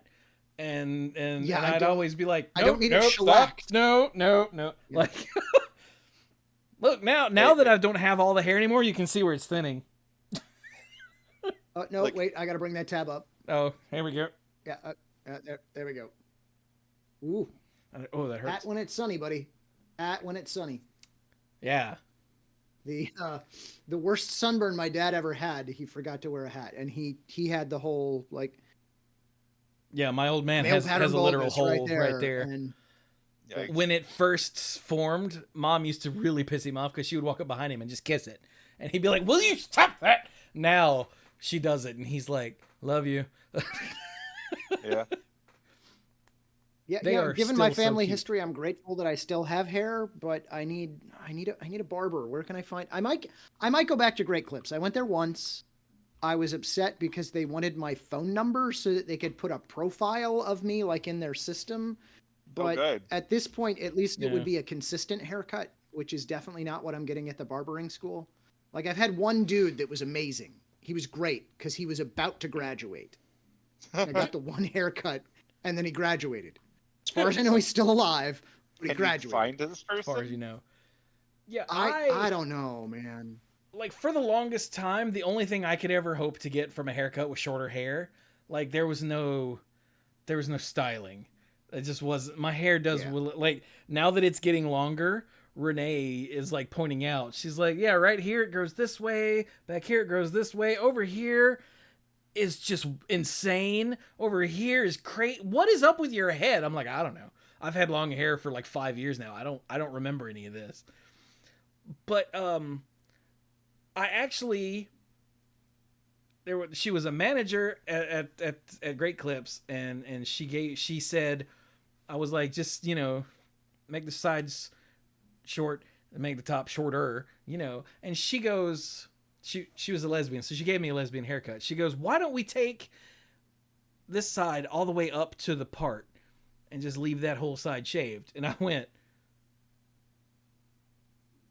like the lesbian haircut? And she went, yeah, I think it would look good on you. I said, let's do it. And it did. And so that's what I did for like the next year. And even after she left, because she went to a different Great Clips to be like the actual manager there, I was like, okay, look, I want you to take it out. You see this part right here? No. You see the part where it suddenly gets shorter than everywhere else? Yeah, take it all the way up to there. And there was one woman who argued with me. Yeah. She's like, it's not shorter there. I went, what? It's like, last time I was in here, they took the all the way up to here. Yeah, it is absolutely shorter there. She's like, it's all the same. I'm like, are we looking at the same head? Can I request a different person? And don't be afraid to request a different person. It feels she messed rude, it up. but like you're the one who has to live with this hair. Yeah, and she did. She messed it up. So the next time I went back, I had to I had to avoid her. I was like, you can go ahead. You see, the difference Yeah, between the two of you and you can go me ahead. I've done is that. that I can't find another person because my grandmother is a hairstylist. So she had dibs on cutting my hair since I had hair. And if I ever go to anyone else to cut my hair, there is a massive familial social price to that decision. So as long as my grandmother is alive, she gets to cut my hair. And the price is not money, it's gossip and Mm. updates about things I don't want to hear about. So I have to admit, I don't really like a chatty barber. Like I don't know, maybe like a minute of chatting at the beginning, and that's like just cut yeah. my hair, just cut it. That's One fine. time I had to go get my hair cut somewhere else because my grandmother had had like wrist surgery or something, and I had to like go to like a Great Clips or whatever. I had no idea how to instruct anything. My entire life, one person had been cutting my hair. I didn't know how to give instructions. I didn't know how to. I'm like, just like some up here, and maybe like the. I didn't know how to articulate it. I didn't know proper tipping etiquette. I knew I was supposed to do it, but I didn't know how. I didn't know anything. And so then when the pandemic got here, it's like, well, I'm going to do a terrible job of cutting my own hair for a few years, but no one else is cutting my hair until this is over, and my grandmother can cut my hair, or she's going to be very angry at me because I refused to see my grandmother until I was vaccinated. Yeah. So, Dr. Mrs. Dr. Cluze got her hair cut at the salon school, not the barber school, but the salon school. And every time she does, like she gets it short, and they never believe her because her hair is naturally curly, Mm-hmm. but when it's long, the weight of the hair makes it straight. And so she'll always tell them, like, maybe like just slightly longer than chin length, but be careful, my hair will curl when it's short. And they never believe her, and they cut it chin length, and then it shortens up because of Yeah. course it does, because it's curly. Yeah. And it looks adorable. Like, she looks absolutely adorable with the short haircut, but Can they never confirm. believe her. I don't know if once. I've ever seen her with the short haircut, but she's adorable. So Yeah, I think I took a picture of her with the short haircut. I'll send it to Chewie. I'm not sticking it in the chat, but I'm gonna send it to Chewie aw. if I've got it on the phone here. Sorry, chat.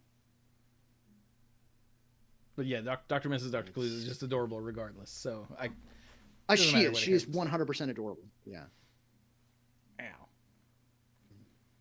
I had to tell Renee the story of how I met Dr. Mrs. Dr. Cluze at It's a GP good Charlotte story. when I thought I was in trouble for ogling a hot woman. She was like, "You were just terrible when you were younger, weren't you?" I was like, "Younger?" When he was younger. Yeah. I mean, Yeah. that's a way of saying the past, like all times outside of this moment that have already occurred. Well, no, I was implying that implies that I'm not terrible anymore. You could still be terrible now. Those are not exclusive statements. Look at this giant ass doggo. Oh my god, Yeah, baby. she's a big baby. Sorry.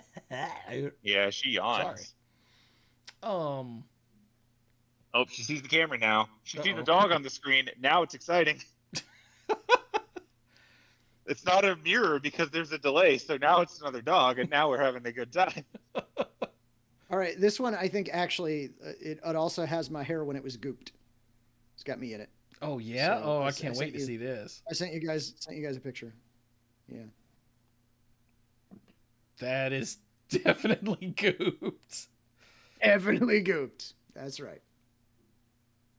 Oh my god, she is adorable. And the goop doesn't look that bad, but it's not you. It's not me. Oh, It's it's totally funny. not me. Yeah. Definitely You got not what those I too, asked for. Bill. Because he I sent them got to what? the Google chat. Oh yeah. Yeah, I sent them to the group chat that we have. It's for patrons only. Sorry, chat. Yeah, and even if you're a patron, it's not for you. And by patrons, I mean these two guys. Yeah. Cluze's patrons.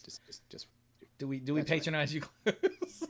It's okay, Cluze. you patronize me constantly. Yes. Absolutely. I mean, it's Hey, true. I got one more thing. Got one more thing written down that I was going to what's talk your about. thing written down? A while back, we got a 3D printer, and so I've been 3D printing, which is a fun way to make little plastic things that I probably don't need. Yeah. But I did I did 3D print this great Snorlax.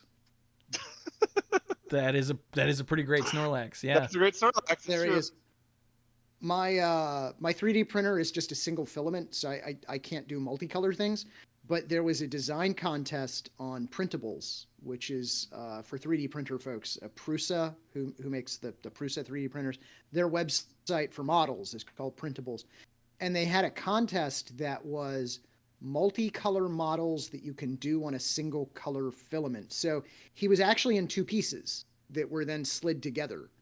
Okay. But That's pretty cool. they were so tight to go together. It looks like it's a single piece. God, that's yeah, hot. That's my great. I mean, my what? great Snorlax. So there's my little spirit Pokemon here. Who I'm also sleepy. Could I get you to 3D print me a penis? Those models definitely exist. Yes. Yeah, but it needs to be two colors. That's the challenge. Yeah. Sorry. So one of the weird things God. about printables, What have I done? There actually is when you create your account, there's a checkbox for if you want to be able to see adult models. And so you'll just be scrolling through recent models, and it'll be like a cover for batteries for a GoPro, and it'll be like this like replacement foot for a piece of IKEA furniture, and it'll be Pokemon, and it'll be for absolutely no reason a naked bust of a woman, not with the head or anything. It's just the chest. It's art. Like no reason. Like here it museum. is. Yeah, so when you started saying really... that, when you just said like a replacement foot, I thought that was the end of that item, and I'm like, of course you just print replacement foot. You know, you can 3D print a foot. Why not? Yeah. Yeah, absolutely. Cluze, have you tried 3D printing a multi-filament printer yet? Gotta get that next level hack in. No, but I have printed parts for my 3D printer. You can do that. Like some of the parts are 3D printed, and you can print replacement ones if you need them. That's kind of like an item duping trick for real life, so I respect that. A little bit, yeah. I mean, a few of the parts are metal, and you can't just 3D print those, but that's not with that attitude. That's still a thing. So, one of my favorite things that I've seen people do with 3D printers was for the cosplay convention that I've worked with. They would put fabric. They'd set up a 3D print of like a mesh model or whatever, and they would have the bed run one or two lines of it, pause, then they would run fabric over it, and then resume. And so it would melt onto the material, and you could essentially make those fancy like Marvel superhero type outfit elements in perfectly fitting nature with all the flexibility of clothing, even though you've pretty much just built your kind of plastic armor that weighs almost nothing on that. And that's pretty cool. It's what one of the people that we had as a guest did. And then another one uses the same methodology, and she makes costumes for like Marvel premieres. Like she did the Wasp outfit for the second Ant-Man movie. Cool. And things like that. And obviously the costumes in the movies have the advantage of CGI and additional post-production and stuff. But when you go to the premiere, you actually have to be able to like wear the Hela outfit with the giant antlers and all of that nonsense without your neck snapping. And so the whole market for people building stuff like that does exist, and she worked on some of those things. And like the idea of 3D printing essentially allowing you to make these incredibly custom pieces while still doing mixed media, like you could just print on the fabric and it just works without having to like make and cut a million pieces of stuff, was always fascinating to me. So that is neat. So Random Co in the chat asked, how is Rich, my former podcasting host, Rich McKinn? He's doing well. Last I checked, I was in touch with him last year. Not recently, but I mean like 2024. He's still out in Minnesota. His kids are in first grade. He's doing well. Nice. So yeah, that's about all I can say about Rich. I think he appears on film, unlike Jack. So but I don't know that he's still doing anything podcasty. I wonder. Yeah. I wonder if we're ever allowed to say Jack's real name. I I don't suspect I that don't if think you so. do, you're inviting him into your house. I mean, Mm. that wouldn't be so bad. I always I like mean, Jack. Yeah, but you don't know when he's gonna show up. That is true. Yeah. and Or he's, which part he's of going the to bring house? along a smut from the internet. So You're just gonna be like casually enjoying your afternoon, walking around with your Switch deck, and then out of nowhere, when you open the refrigerator, he's just gonna be in there to hand you the food you're looking for. Oh yeah, here you go. Thanks. What? oh, thanks, Jack. Wait a minute. It just seems like what he would do. Let's see. What's been going on? The dorks. I have nothing to report about the dorks. Mike and Ashley got a house Nice. that I still haven't been invited to. Yeah. I mean, I got a house a year and a half ago, and my parents haven't seen it. Like, no Yeah. one has been in my house yet. It took a hot minute. Not quite a year and a half, but it took a hot minute before the house was set up to the point where Mike felt comfortable with his parents visiting. So Yeah, no one. My grandmother has not visited my house. My cousins, like, no one has. Like, I take it back. My dad saw my house on the inside for about 5 minutes on Christmas. That was about it. Like, it's not a thing that people have really seen yet. We've decorated it. We've still got a lot of fancy Christmas stuff up now because the world sucks and Christmas trees are pretty. So we haven't taken it down yet. But I have had a Christmas tree up since 2020. my Christmas tree is incredibly large and takes a lot of work to take down, so it is still up. Cluze, it's probably we really just have dry. like a little yeah, we've got a little. It's fake. And we've got a little one. It's like a 3-footer that's been up since 2020. Yeah, my tree is 12 feet tall and weighs like 100 pounds. I'm not taking it down until I feel like it. It's very pretty. Yeah. It's decorated. It's got lights on a timer. Holy crap. Yeah. I don't do decorations. Yes.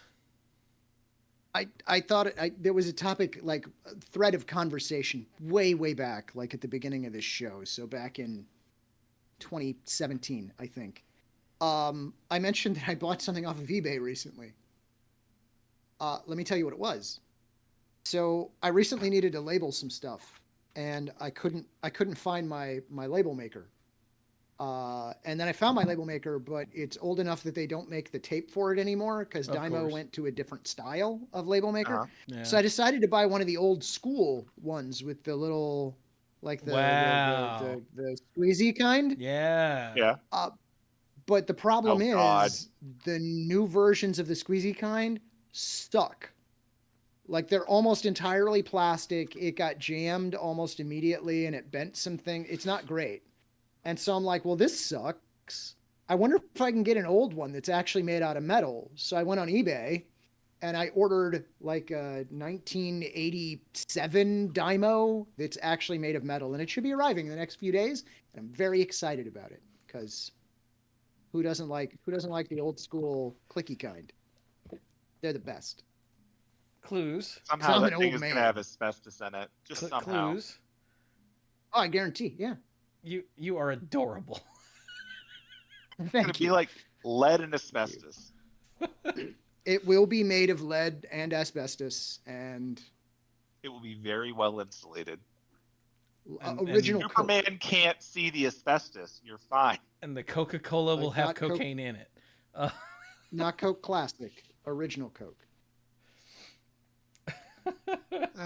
Oh, that reminds me. So, has anyone seen movies of late? Because I got one of those passes for the local movie theater that essentially means I can go watch movies when I want to. And I have been trying to watch more movies. So most recently, I watched The Marvels and Ant-Man 3 because those were 2 years behind. Those were Marvel movies that slipped by me, and they were on the Disney Plus. Yeah. And I'm like, the wife and I are never going to get around to watching these together. I'm just going to watch it on like a random Tuesday. and neither of them was great, but neither of them Yeah. was terrible. They were fine. Yeah. I still need to watch Marvels. Uh, Yeah, it's fine. Like, there's nothing intrinsically wrong with it. It's just not great. the last See if you can movie, identify which old sci-fi movie they stole the plot from. It's probably not one you thought. hmm, the last movie I saw in theaters was Deadpool and Wolverine, of course, and before that, Yeah. I don't even remember. Oh, I did see Deadpool and Wolverine. Yeah, that is Yeah. true. Although I didn't go to a theater to do it, I waited for it to come out That's on, fair. let's say, Blu-ray, and then I watched Okay, it there. Blu-ray. Although I'm worried that Blu-rays are going to go away because I want to own my movies, Everything goes not own away, a Cluze, license to maybe stream it. Yeah, I know, and and it sucks. looking around, I think that might be better. Like, I don't know. So why do Um, you ask, Bill? Did you have movies in particular you wanted to ask about? I just I'm asking because now that I have like a pass that lets me just go to movie theaters and watch movies when I feel like it. I just want to know if there are any other good movies out. Like I just watched Captain America 4 last weekend when it came out. Oh, how was that? I liked it.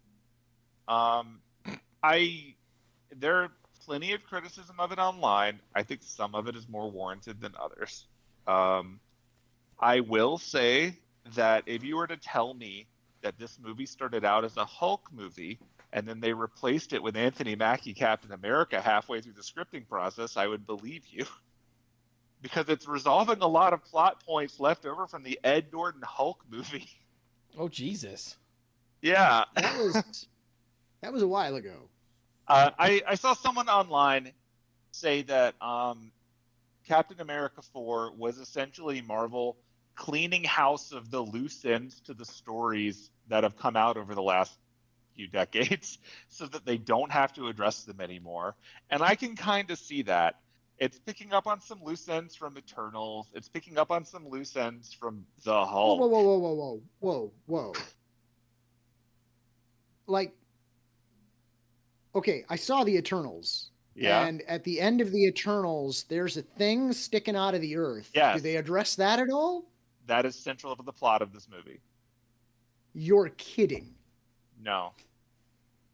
That is All right, central to I the plot really of this thought that movie. that was going to be a Jack Kirby did a lot of drugs, and we're just not going to talk about that anymore.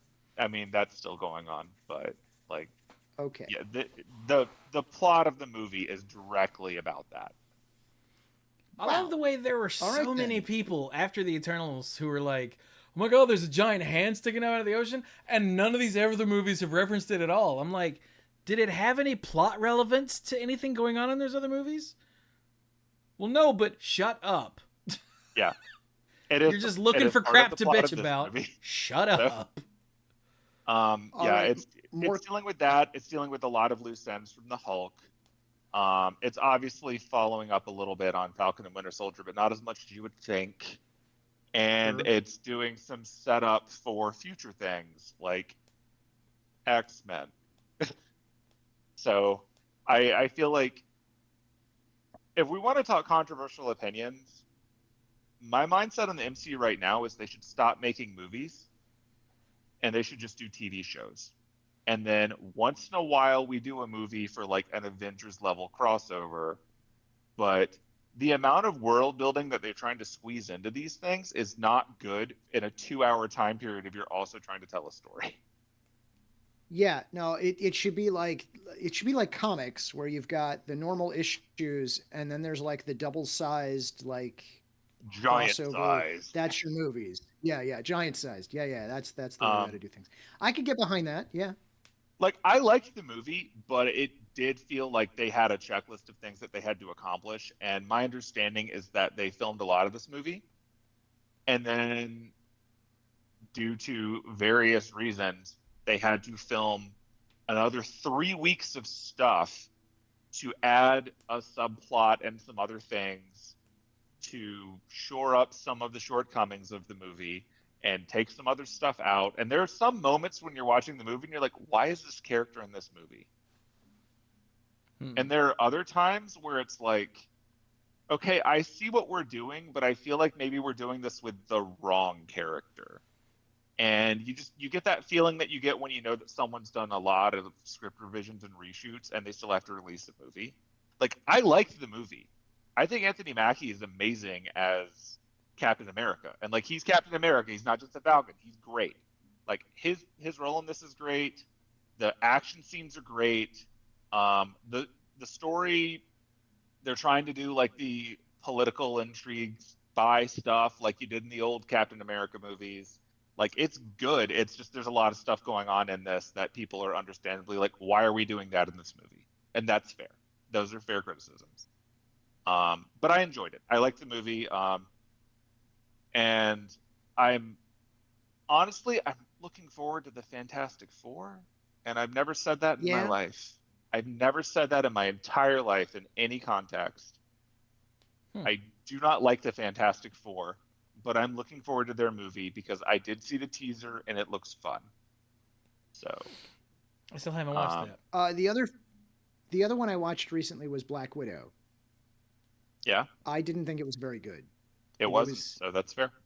Yeah, it was yeah, alright. again, it was fine, but not like I wouldn't watch it again. Yeah. Like, Yeah. it just I felt bad for that movie being delayed so many times. yeah. And obviously that movie should have happened before we got to Infinity War, Oh yeah. since it was really awkward getting it after. Um, I don't know. I think when it comes to the MCU stuff, like I'm hoping that they're course correcting a bit just because they've reordered so many of their movies and rescheduled. I'll say that Agatha All Along was amazing. Like, that was good. I liked that TV show last year. That was a lot of fun. They pulled off a lot of nice things in that show. Give that a view if you're looking for something. All you really need to know going into it is that WandaVision was a show, and I guess knowing what happened in Multiverse of Madness helps, but otherwise you can just go in. Um, Huh. like, that was fine. We're getting new Charlie Cox Daredevil in a few weeks, which is a Yep. continuation of the Netflix show somehow. Um, What? but also in the MCU proper, so I don't know how that's going to work tone wise. What? Um, my understanding is that they're not retconning out the Netflix shows, but presumably this is not going to be as bloody and violent as the Netflix shows, since it's made by Disney proper. So I don't know, but that's coming out at the beginning of March. I Or have maybe no it'll be idea. super violent. I don't know. I'll, Uh, I'll also say I've not. tangentially related to that. I actually enjoyed She-Hulk. Like, I liked that. I I did thought it too. was It was fun. really good. Yeah. Yeah. They're kind of not just they're just not acknowledging that that happened. They're not saying it didn't, but they're not saying it did either. Which is I basically what happened with the She-Hulk series in comics back in the day. Is she Yeah. was sort of her own little thing. She I was like there, She-Hulk. but There's only been one MCU TV show that I wish we could just retcon away entirely, and that's Secret Invasion. didn't watch it. Secret No. Invasion was actually bad, and it made everything worse for existing. Um, it's just very bad. Um, I heard about a thing that happened in it, and I'm like, I just don't need to watch that. I'm done. Never mind. yeah, it's just not good. But other than that, like, I've liked most of them. I'm in this spot right now when it comes to MCU where we're getting an Avengers movie next year. I don't know who the current Avengers team is. That feels like a problem. Hmm. I don't know who to expect out of an Avengers movie that comes out in 1 year.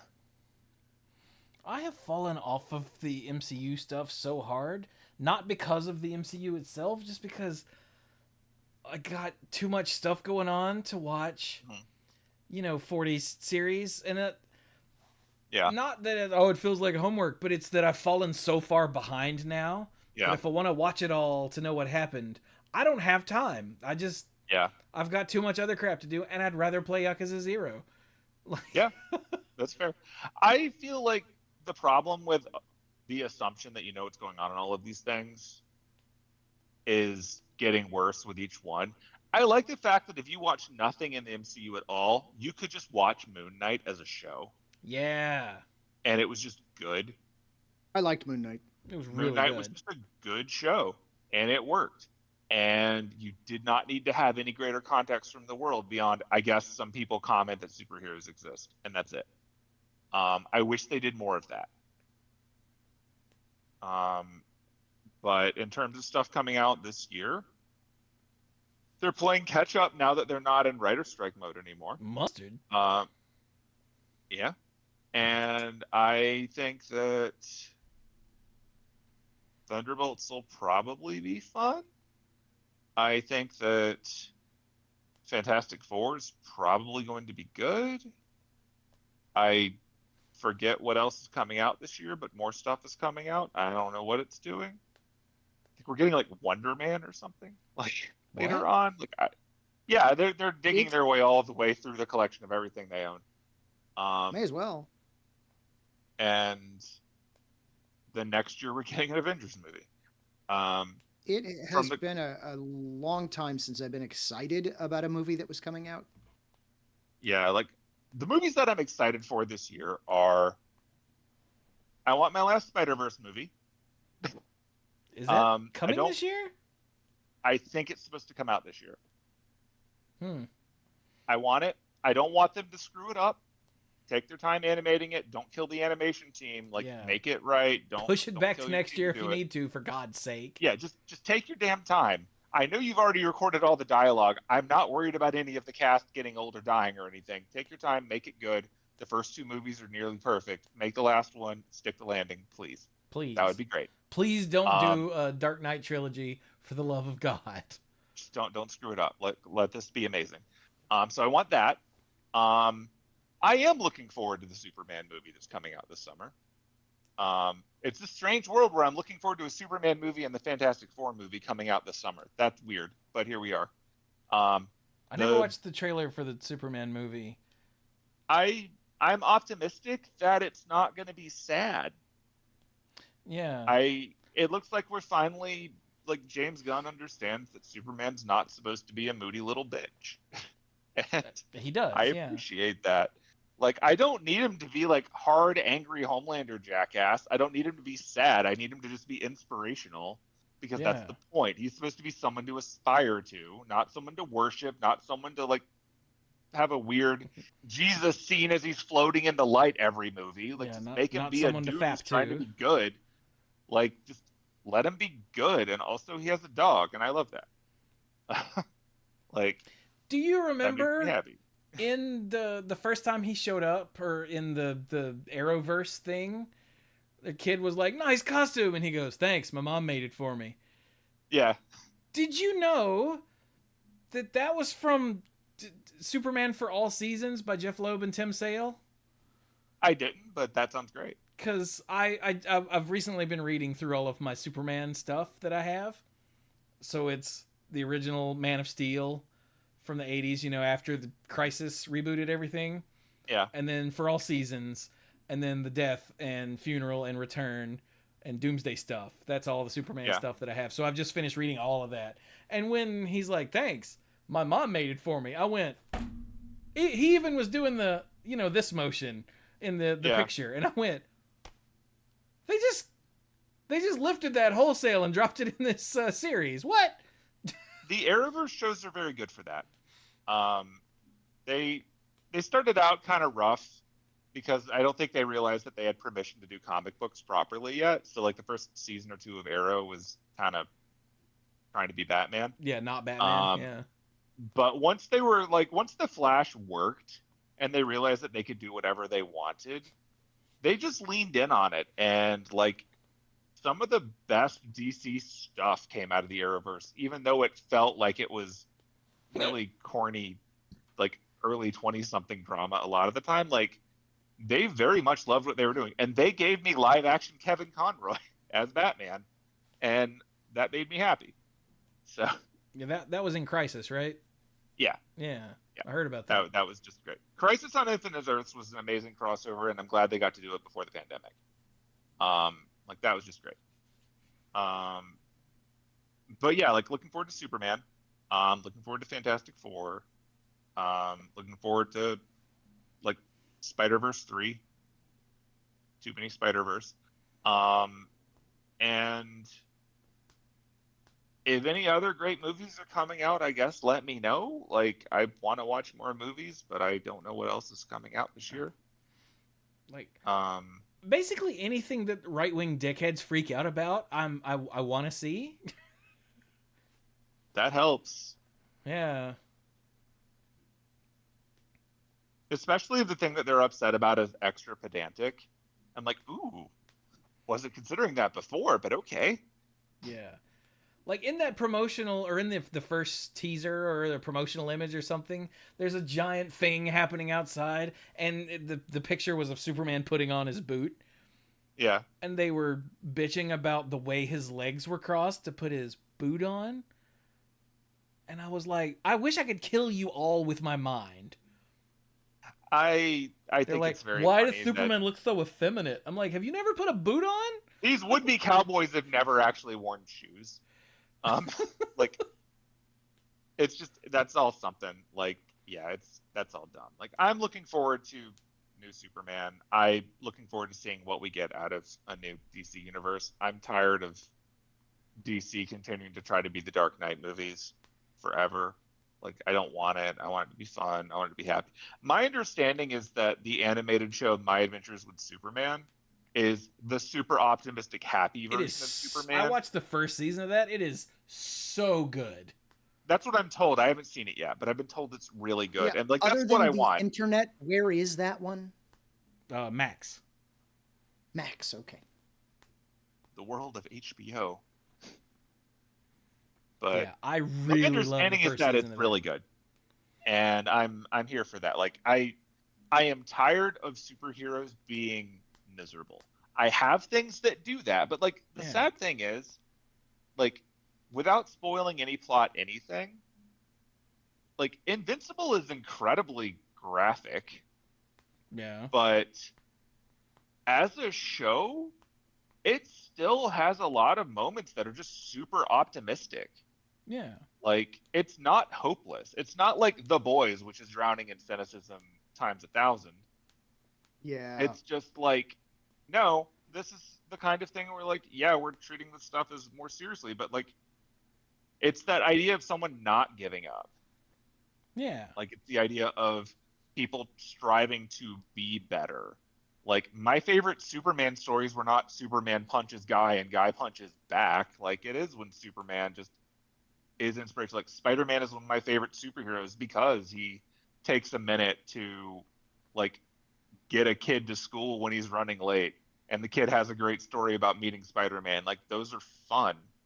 Like I'm sure Spider-Man can beat up the animal themed villain of the day later, but like those are not the stories that stick with me. yeah. I'm currently reading Maximum Carnage again, Yeah. which is super depressing, Yeah. and it's got one of my favorite like internal monologues. It's not even a monologue because it's a narrator actually, Yeah. but uh, it's like the low point of the story just happened, and then you turn the page, and Captain America is standing there with his hand out and says, "You look like you could use a hand, son." And that's where the story takes a turn, and that's where I stopped last night Yeah. because I had to go to sleep. But I'm very excited because this is where Spider-Man's like, that does it. I'm gonna be grim and gritty and not mind about murder. And then he Yeah. gets this close and goes, wait, no, let's not do that. And then everything goes all to hell. Yeah. And then Captain America I shows up, and then stuff turns.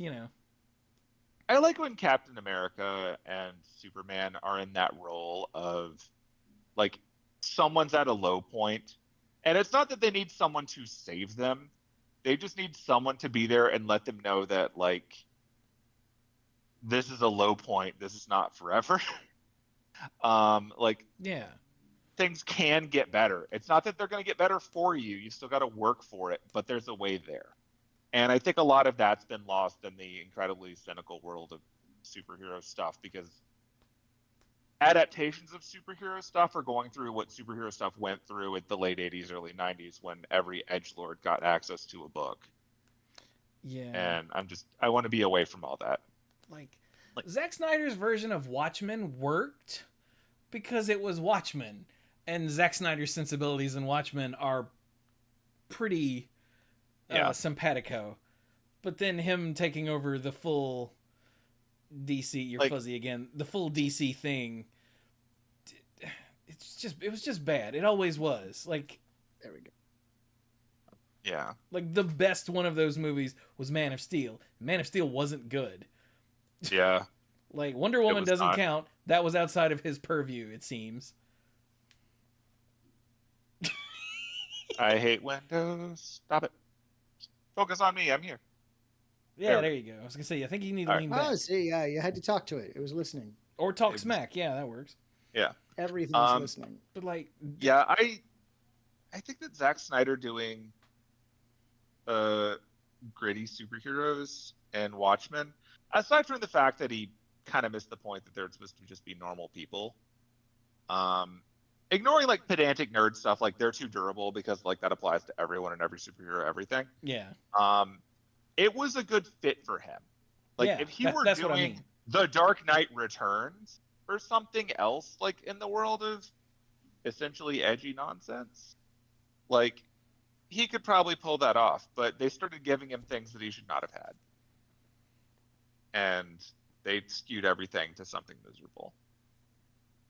But and then Marvel went the other way and made all of their movies essentially the same because everything's filmed on a green screen Yeah, and everything is rushed and everything is rewritten 8,000 times and has 8 months of reshoots. You know, like everything started to feel samey and disjointed, which is part of why I fell off of the MCU so hard because I still yeah. like that stuff, but like. I think the best Marvel stuff is still grounded in the understanding that we're doing a genre thing. Like Yeah. all of the early MCU movies were genre things. Like Captain America was a war movie. Yep. Um, Captain America 2 was a political thriller. yeah, like when they were still doing stuff like that, it was really good. Yeah, when they And started as for making superhero movies for the sake of superhero movies, everything sort of went. like, I did not like Multiverse of Madness. I acknowledge that it was a horror movie. The problem is that it's a horror movie whose main character is a wizard who, up until this point in time, is a total badass, and then he has to run away like a scared coward for 2 hours. And that doesn't work because it was not shot in a vacuum. But like, I think that of the more recent Marvel movies that have worked, and this is going back like post Endgame because there have been a lot of movies and most of them haven't worked. I think I like Shang-Chi because it was a martial arts movie, Shang-Chi and was it knew really it was good. a martial arts movie. Um, the last act got a little too CGI heavy for me, but it was good. Yeah. I feel like Eternals would have been fine as a TV show, but it was too much going on in a movie. But as a Highlander style multi time period drama, it would have been great as a TV show. Mm-hmm. Spider-Man was fan service, but that was fine. Like they were paying off on like 9 movies; they could do what they want. Well, That that was and really it I still haven't also watched the last one. I need to do that. like it had a point beyond just the fan service, which I liked. yeah, it did. Um, like that was fine. And like there's like so many of those movies that are in there. Like Love and Thunder was like, why did you make this? Yeah. Like why was this made? Because you just wanted to make another Thor movie? Like what genre is Love and Thunder? It's I like don't an know. 80s action comedy Yeah, for some reason. Like I enjoyed it, screaming but goats you could and lift stuff. it right out and it wouldn't matter. Yeah, And you shouldn't like be able to say that. no. Like the old joke was that you couldn't go past 3 Marvel movies, and Thor made it to 4, and ouch. Um, That wasn't great. Uh, it's like that was not ideal. I couldn't tell you what genre The Marvels was. I guess Yeah, I haven't seen that space one yet. adventure. I I don't know. Like, if I can't pin it into a genre beyond superhero, it's probably not going to be in the memorable end of things. I think what's making me optimistic about Fantastic Four is the fact that I can pin down its genre from looking at it. And its genre is weird retro futuristic sci-fi. And I'm like, okay, cool. This has an identity. This is something that I'm not getting from any of the other movies. I'm here for this. Let's go. That looks great. So hopeful.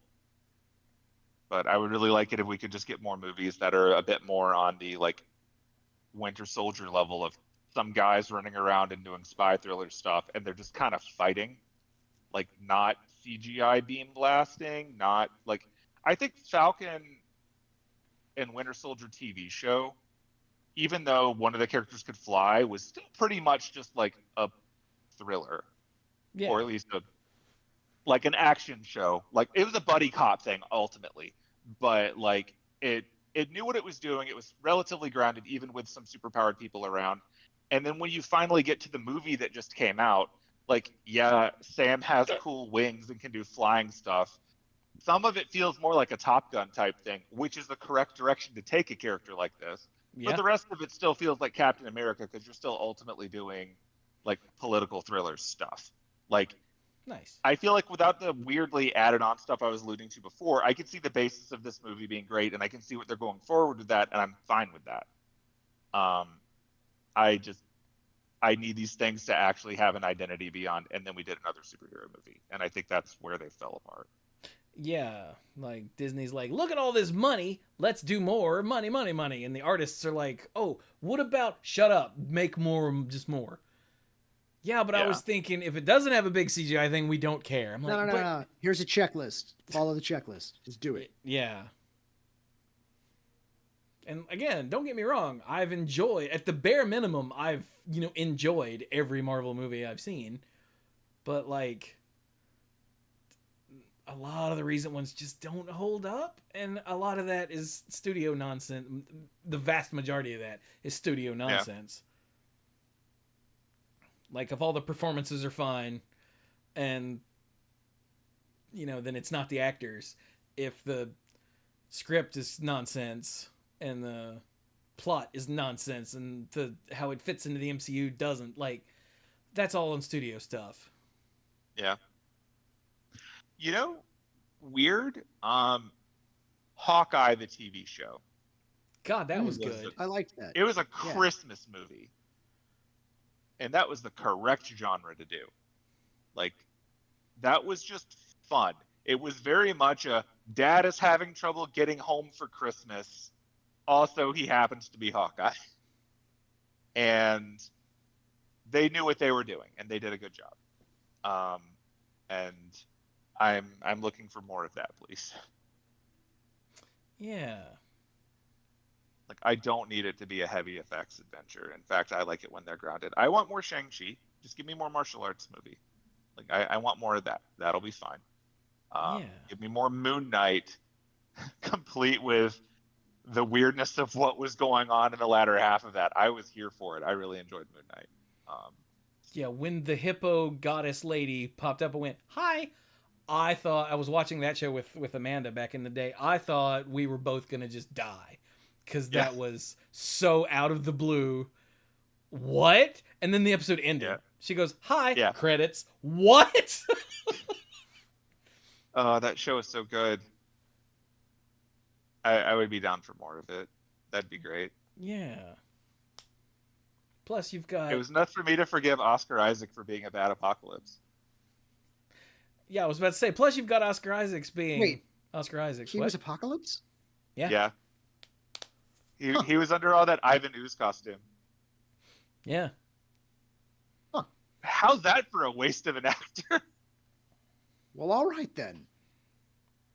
I didn't mind Apocalypse. I hated the next one. It was so Uh, bad. what was the one after that? Was that Phoenix Uh, again? it was the next one with the Dark Phoenix. I don't remember what it was Yeah, called. The last one. It was so yeah, bad. it was really bad. Yeah, I liked the first 20 minutes of it. Well, that's because that was all that was left of the original film, I think. Like the first 20 minutes of it played out like the X-Men cartoon. It was literally, we're having trouble in space. Okay, getting the Blackbird, we're flying to space, we're fixing it. And I'm like, that's actually kind of what I wanted at this point when you've done like 10 X-Men movies. Like, just do that. Just do those things. You've got a team, they have superpowers, go do cool superpower stuff. And then after that, they're like, let's remake the worst X-Men. Yeah, I kind of feel like a lot of these movies, like the turning point was at some point during filming, someone said, the studio has some notes. Yeah. Like, Yeah. and in the case of some of the MCU stuff, like it's because Jonathan Majors went and screwed the pooch by being a piece of shit, Yeah, that Yeah. completely ruining the whole Kang thing they had been setting up for a whole TV show and a whole movie. And were there two different movies that involved Kang? I can't remember now.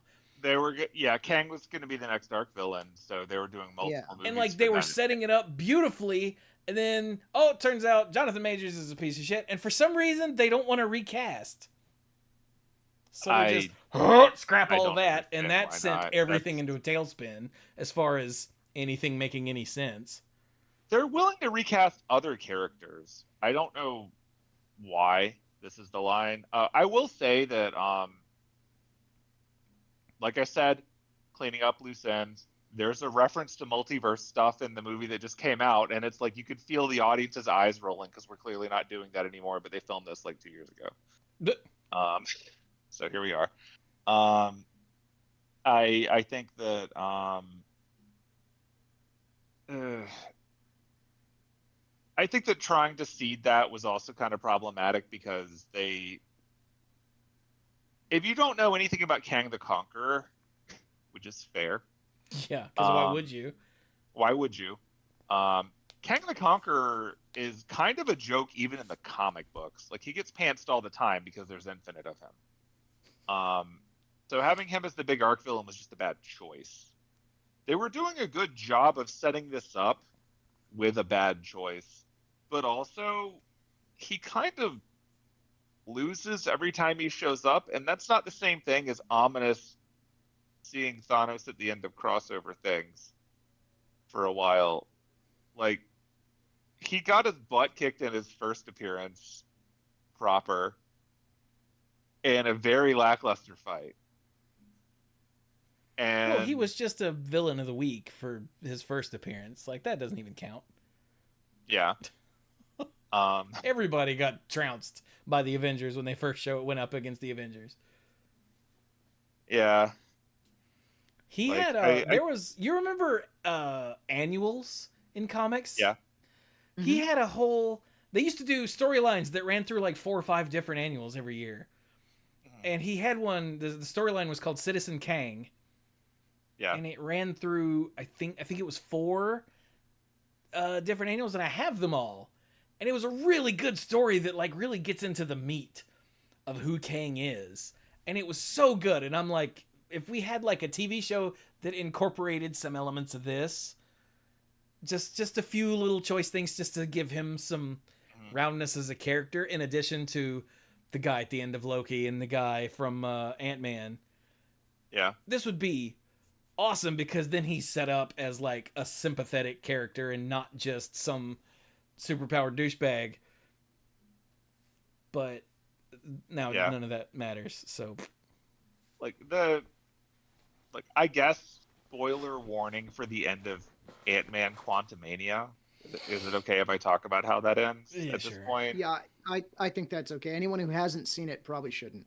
He gets his ass kicked by Ant-Man without superpowers. And that's hard to come back from. When your ass is kicked by the stepbrother from Clueless, it's just hard to take you as seriously of a threat at that point. It And like it, this is it the really is. conqueror version of him, one of the most dangerous versions of him. Um, that was hard. separate from everything else happening. He was much scarier in Loki, um, because of the premise of what he represented. And then when you get first contact with him, and he's just kind of is Which the like he's the no uh, sell guy for most of the movie, and then he gets his ass kicked in an embarrassing way, and then it's over. I really enjoyed both seasons of Loki. I thought they were great. I did too. I never even watched season 2 because I fell off of Marvel stuff so hard, and I loved season 1. Season two's good. Yeah. I like season two of Loki. Um, I enjoyed that even with all the McDonald's product placement. Oh, Um, awkward. yeah, but yeah, season two is good. I like that. It ends in a cool place. I'll say that it ends in a cool place. But I don't know. Like my hope for the MCU was that we would eventually get like Doctor Doom as the proper villain, and That it I wouldn't don't be know if we're Robert Downey getting that Jr.? the way I wanted it. Well, I mean, I wanted it to be Keith David, but I'm not getting what I wanted. Um, Oh, that would have been good. like I would have loved that if he just pops out the Goliath voice or something, and I don't have to see his face ever. Or if I did, that'd be cool too. But like, I think there are ways to do that that they've already undercut by their casting choice. So we'll see. We'll see where it goes. But I am hopeful that they pull this off. But I wish this was something that they were setting up for a few years instead of what we're gonna get. Because now they're rushing it, and I'm worried it's gonna feel like a DC I was thing. gonna say now they're doing the DC thing. Yeah, Yeah, they're trying to play catch up on the years that they didn't have of seeding this. they're like phases 1 through 3. Yeah, 3. You know, the end game saga or the Infinity, whatever they're calling it. That was Yeah, all really good stuff, and then it was aimless and studio notes and delays and blah blah blah blah, blah and it just I and they really miss that big money every time a movie comes out thing.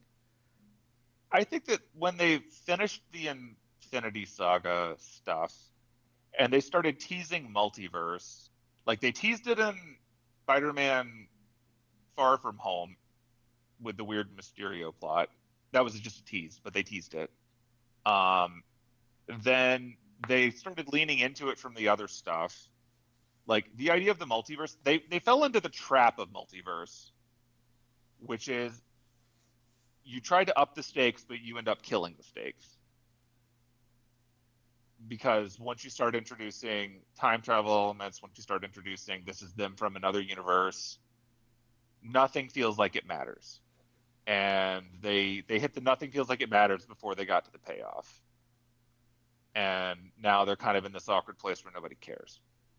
And I don't know what their arc is going to be after that, but hopefully they'll figure that out. I feel like that only applies to like super pedantic comic book nerds because I never felt like that from the multiverse stuff. I've been reading multiverse things since I was like 12. So, Yeah. like, the whole multiverse thing never phased me at all. I think if they didn't take a detour in Doctor Strange to just remind people that they could introduce a bunch of characters and kill them and it doesn't matter, we would be in a better place. But ultimately, like, eh. Yeah. Hmm. Clue, shut up. Can do.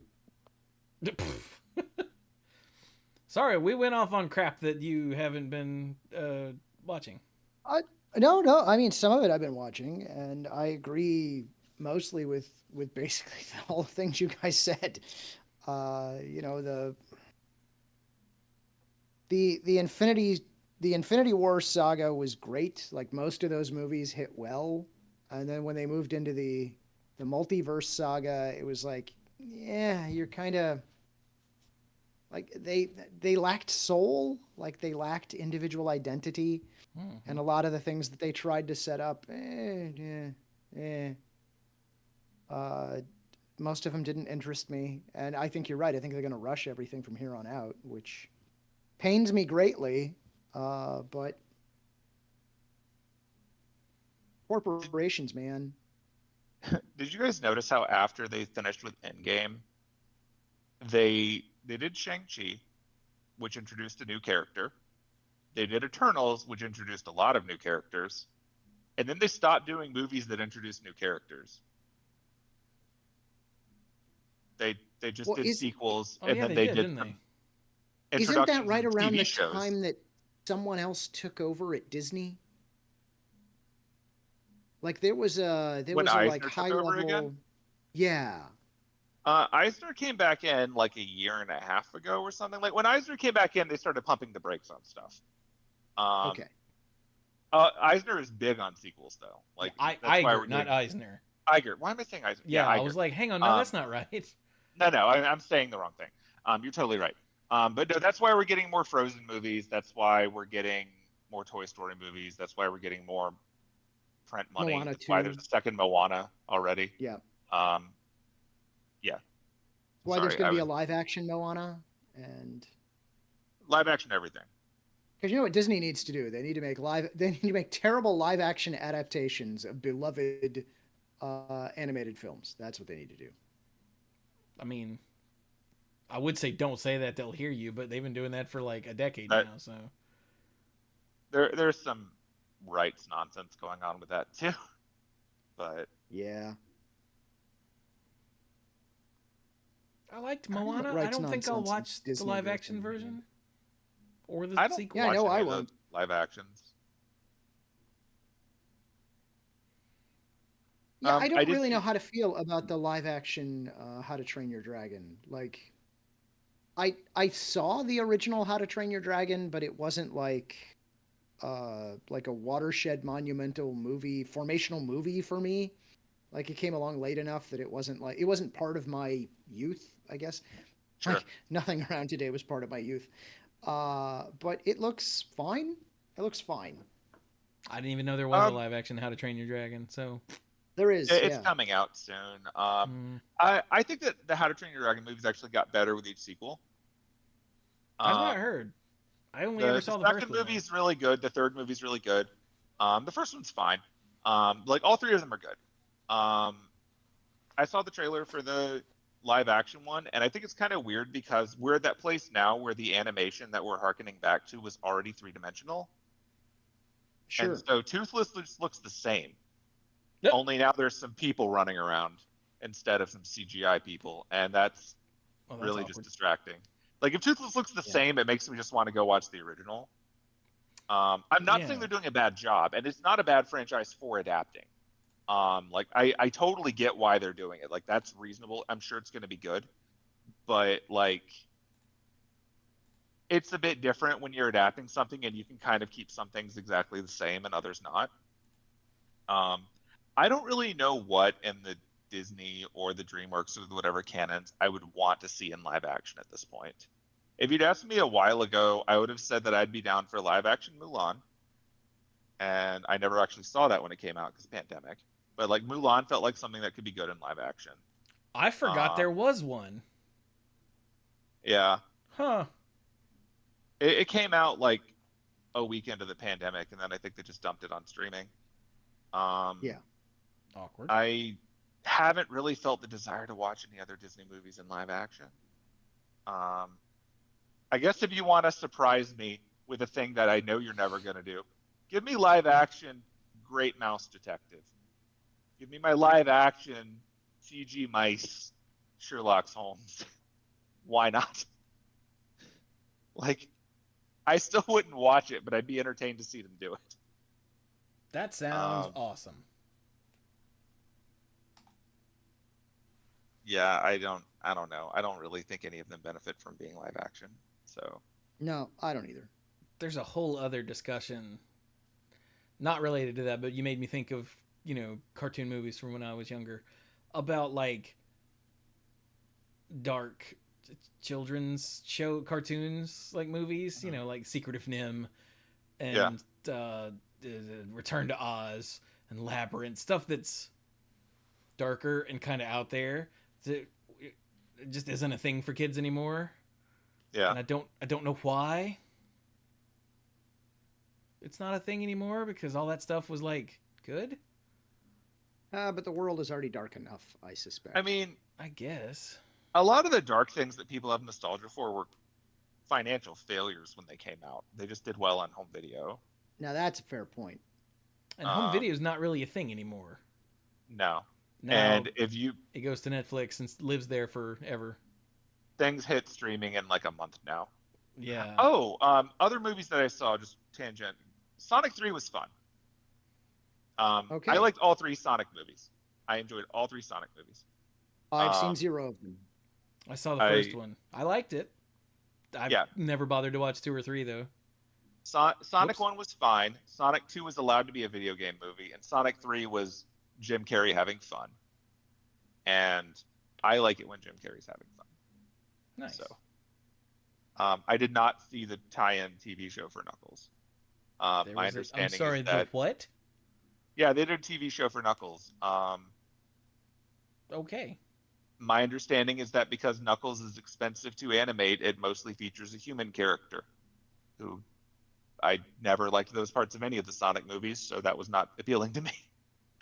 So I never saw Does that. he mostly just stand around asking, "Where's Knuckles?"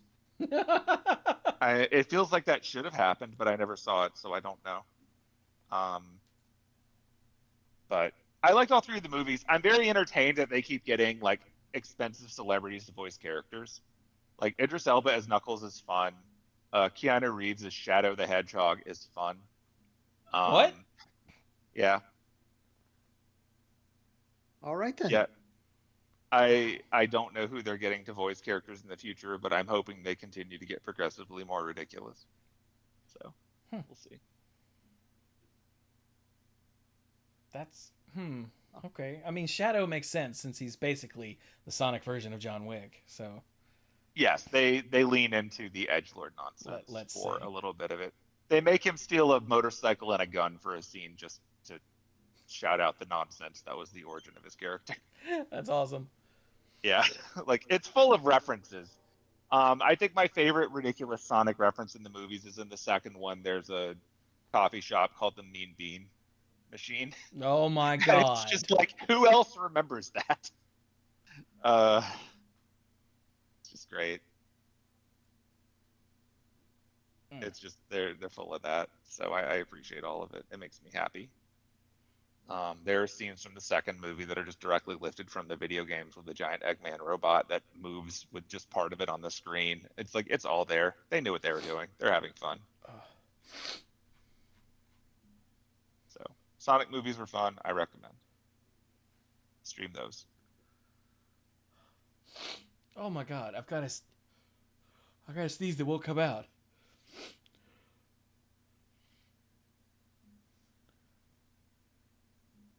And then Chewie died. Oh god, I feel like I'm gonna. Jesus. It's sitting you- right there, but I can't either make it stop or make it come out. Have you tried pushing the eject button? Oh, there. Ooh. Did you uninstall the drivers for the sneeze? Maybe. Look for a tiny hole on your head and point it with a paperclip. Okay, if you look in the lower right-hand corner of your vision, there's a little icon, and if you click on it, you can eject the sneeze. You should do that before you take it out. Or the sneeze might get corrupted. Is that it? Is it there? Do you have that problem on non-Windows systems, Cluze? God, you mentioning No.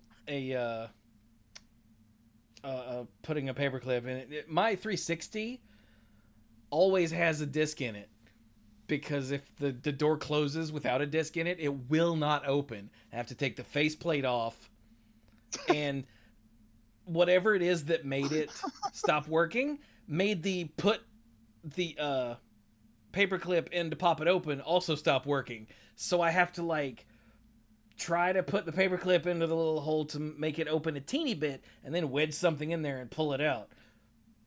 So whenever I'm taking a disc out of the 360, which I haven't done in a long time now because I think all of my 360 controllers are just dead because I used them here for streaming for so long because Bill was like, I'm going to buy you a wired controller. Didn't you buy it? You did buy me a wired controller. I did, and it stopped working after like a damn month. Yeah.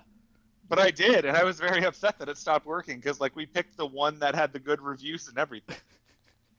But like, Uh, I would have to take a disc out with another one on this finger and go like, huh, and do like a quick change, like Indiana Jones, you're removing doing the the swap idol, trick, but on not a PlayStation. and then. Does a boulder then roll from? I Do you have to mean, run? I would rather have a giant boulder roll at me than have to fight with opening. I bumped it once and it closed, and it took me 20 minutes to get the goddamn thing open again. It's not a boulder Cluze. It's an original Xbox controller, which is the same size as the boulder, and will still That's crush you. Yeah. that's what I said. Yeah, Yeah, that's what I said. yeah, terrifying. It is So so Chewie, I have to awful. ask, what sacrificial disk lives in this system to make sure you can always open it? At the moment, the last disc I put in there was the original Clerks Fair movie, enough. because this will take you way back when Steph came to visit that time. That was a long She'd time never ago. seen it and wanted to watch it. So I put it in, and that's the last time that the 360 was opened. That's fair. So that was a long time ago. Yeah, it's been a while. But yeah, Renee and I were looking at my DVDs, and she goes, "There's a hole here. What went there?" I'm like, "Oh, Clerks. It should be right. Yeah, there it is." Still sitting on top of the 360 because the disc is inside. I'm fascinated that that's how that works. Yeah. Uh, It's such a pain, which is part of the reason that I don't use it anymore. But I don't have anything to play DVDs other than the 360, so that's annoying because I never bothered to get into yeah. Blu-rays, so I don't have a Blu-ray player, and I don't have anything else out there that plays them. The Yeah. PS2 might. Speaking of old consoles, after years and years of saying that I was going to someday plug in that Wii U that I never opened so I could play the Xenoblade game that's only available on that, they're releasing that Xenoblade game on the Switch in a month, so I never have to. Um, which Hang is on to that. good Sell it on because, eBay. New in box. well, it's useless because they got rid of the network that it connects to. Like the Wii U can't install its own games anymore. It's just done. Somebody will want it though, because I'm sure someone's gonna want people are it, mint in dumb. box, whatever. Like it's disappointing that that's how video game consoles work now. Like when they finally kill the servers, they've effectively bricked the old consoles because they can't download the game that you install because it doesn't actually live on the disc anymore. Yeah. The 32 gig Wii U deluxe set with Mario Kart 8 is $215 on eBay right now. Oh, you probably paid more than that for it. I didn't pay anything I had for Christmas, Hey! but yeah, Bonus. I'm sure that it was probably like $250 when it was purchased. Nintendo never lowers the price on those things. No. Lord. Well, Cluze needs to go to bed. Yeah, we should. Yeah, all I do, man. I'm Everyone in old. the chat, go to bed. These days, I've got a 9 a.m. class 4 days a week, so I got to get up at like 7 to get ready and go to campus. Woof. And a thing we never got to talk about since we're old men and talk about these sorts of things. How's the weather down your way? Because here it's 3. We're getting a in the massive nest, snowstorm I'm that's heading our assuming? way right now. Yeah. Massive Yeah. for us. Shut up, Cluze. We know. Oh, no. I understand. I live down there. I know. Did you Listen, get a few flakes? Like, for anyone you're done. listening on the internet who doesn't understand this, we are currently in this neighborhood of like where Chewie's at on the map is looking at like what, 2 to 4 inches of snow. Last I Good heard Lord. was 2 to 4. Yeah. Where Did you I'm get at bread on the and milk? map, it's in 2 to 4 inches of mixed bag, is the official term. Mixed bag meaning could be snow, could be ice, could be sleet, whatever it is. It's probably gonna hurt my car. Did you get bread and milk? Go get bread and milk. Yeah, how are you going to eat your milk I sandwiches? don't know why. Best Buy date a week ago, so it's still good. You need like 8 loaves of bread and 6 gallons of milk. That's what I know. From... Yeah. I've made milk sandwiches before, Cluze. Okay, just making sure. I was waiting on an order, a DoorDash earlier today, and one of the Dashers was complaining about all the grocery orders because it's supposed to snow tomorrow. Sure. And he said, I had one yesterday that was 4 gallons of milk, and that was the whole order. He's like, who needs 4 gallons of milk at once? And like, what are they gonna do if their power goes out? Like, I almost didn't want to buy it because I felt bad. They're going to take those 4 gallons of milk and they're going to make a bad choice, and it's going to be on TikTok. Yep. But yeah, so for the context for the internet, this is not a lot of snow or ice. A few inches is not horrible. This, however, is the third time this year that we are having snow/ice. In this state, the state budgets for one time having snow or ice. So we're going to die. Yeah. We are. The roads will not be properly salted. They might have thrown down some cursory amount of whatever was left over. We did not budget for this. And whatever they put down is not going to be effective. And people will be trying to drive like it's normal, and their cars will explode. And then there will be a picture on the internet with the Marshmallow Man or an AT-AT or something walking down a hill, because that was here. That was down the street from where I lived. Those memes are real. Yeah, when it first snowed here, I broke the blinds in the bedroom. And that seems like a weird thing to do if there was snow. Not on purpose. No, I broke the blinds in the bedroom, and I was like, "Oh," because now it's gonna be snowing out, and we don't have curtains or anything because I live in a crappy apartment, and I just never bothered. And I'm like, we can't live without blinds, and there's the bedroom, because what if we want to walk around naked in the bedroom, which we do sometimes because it's my bedroom. You're not doing that for free. Yeah. OnlyFans. That's what OnlyFans is for. Yeah. Yeah. So I had to go. I was already done dashing because it started to snow, and I was terrified of people here. But I had to go to Walmart to get blinds. As an emergency, and the snow had already started falling and started accumulating and sticking. And I was like, it's been going long enough now to where everybody who's afraid of snow will either be wrecked or be home. I should be good. It took me 20 minutes to get down the road to Walmart. Yeah. It took me 40 minutes to buy one thing of blinds because everybody was there buying. There was a guy with 6 gallons of milk in a cart, and that was his order. And I'm like, I hope you get hit by a bus.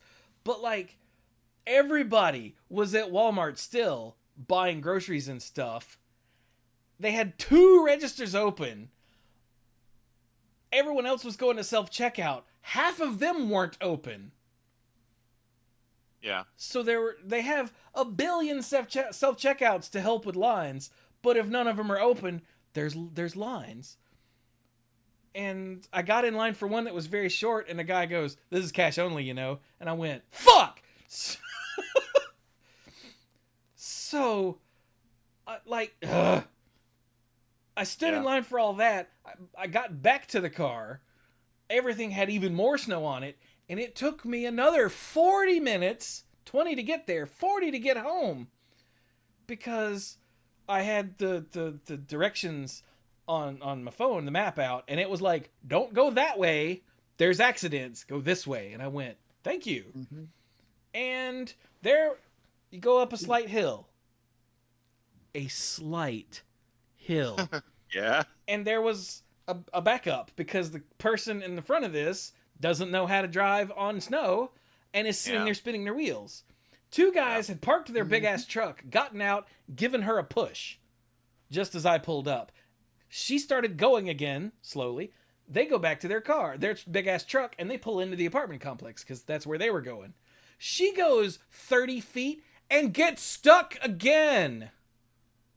Yeah. All of a sudden her car is just going and stays in one place and turns towards the ditch, and she freaks out because she doesn't know how to drive on snow. Meanwhile, these are not skills we get to develop here. But I developed them. Yeah. I've lived here all my life.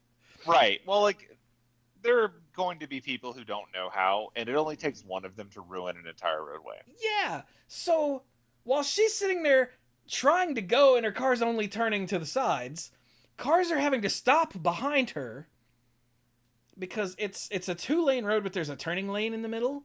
So they're trying to go into the turning lane, but she keeps putting her ass of her car into the turning lane. So people have to wait until oncoming traffic goes and then go around her.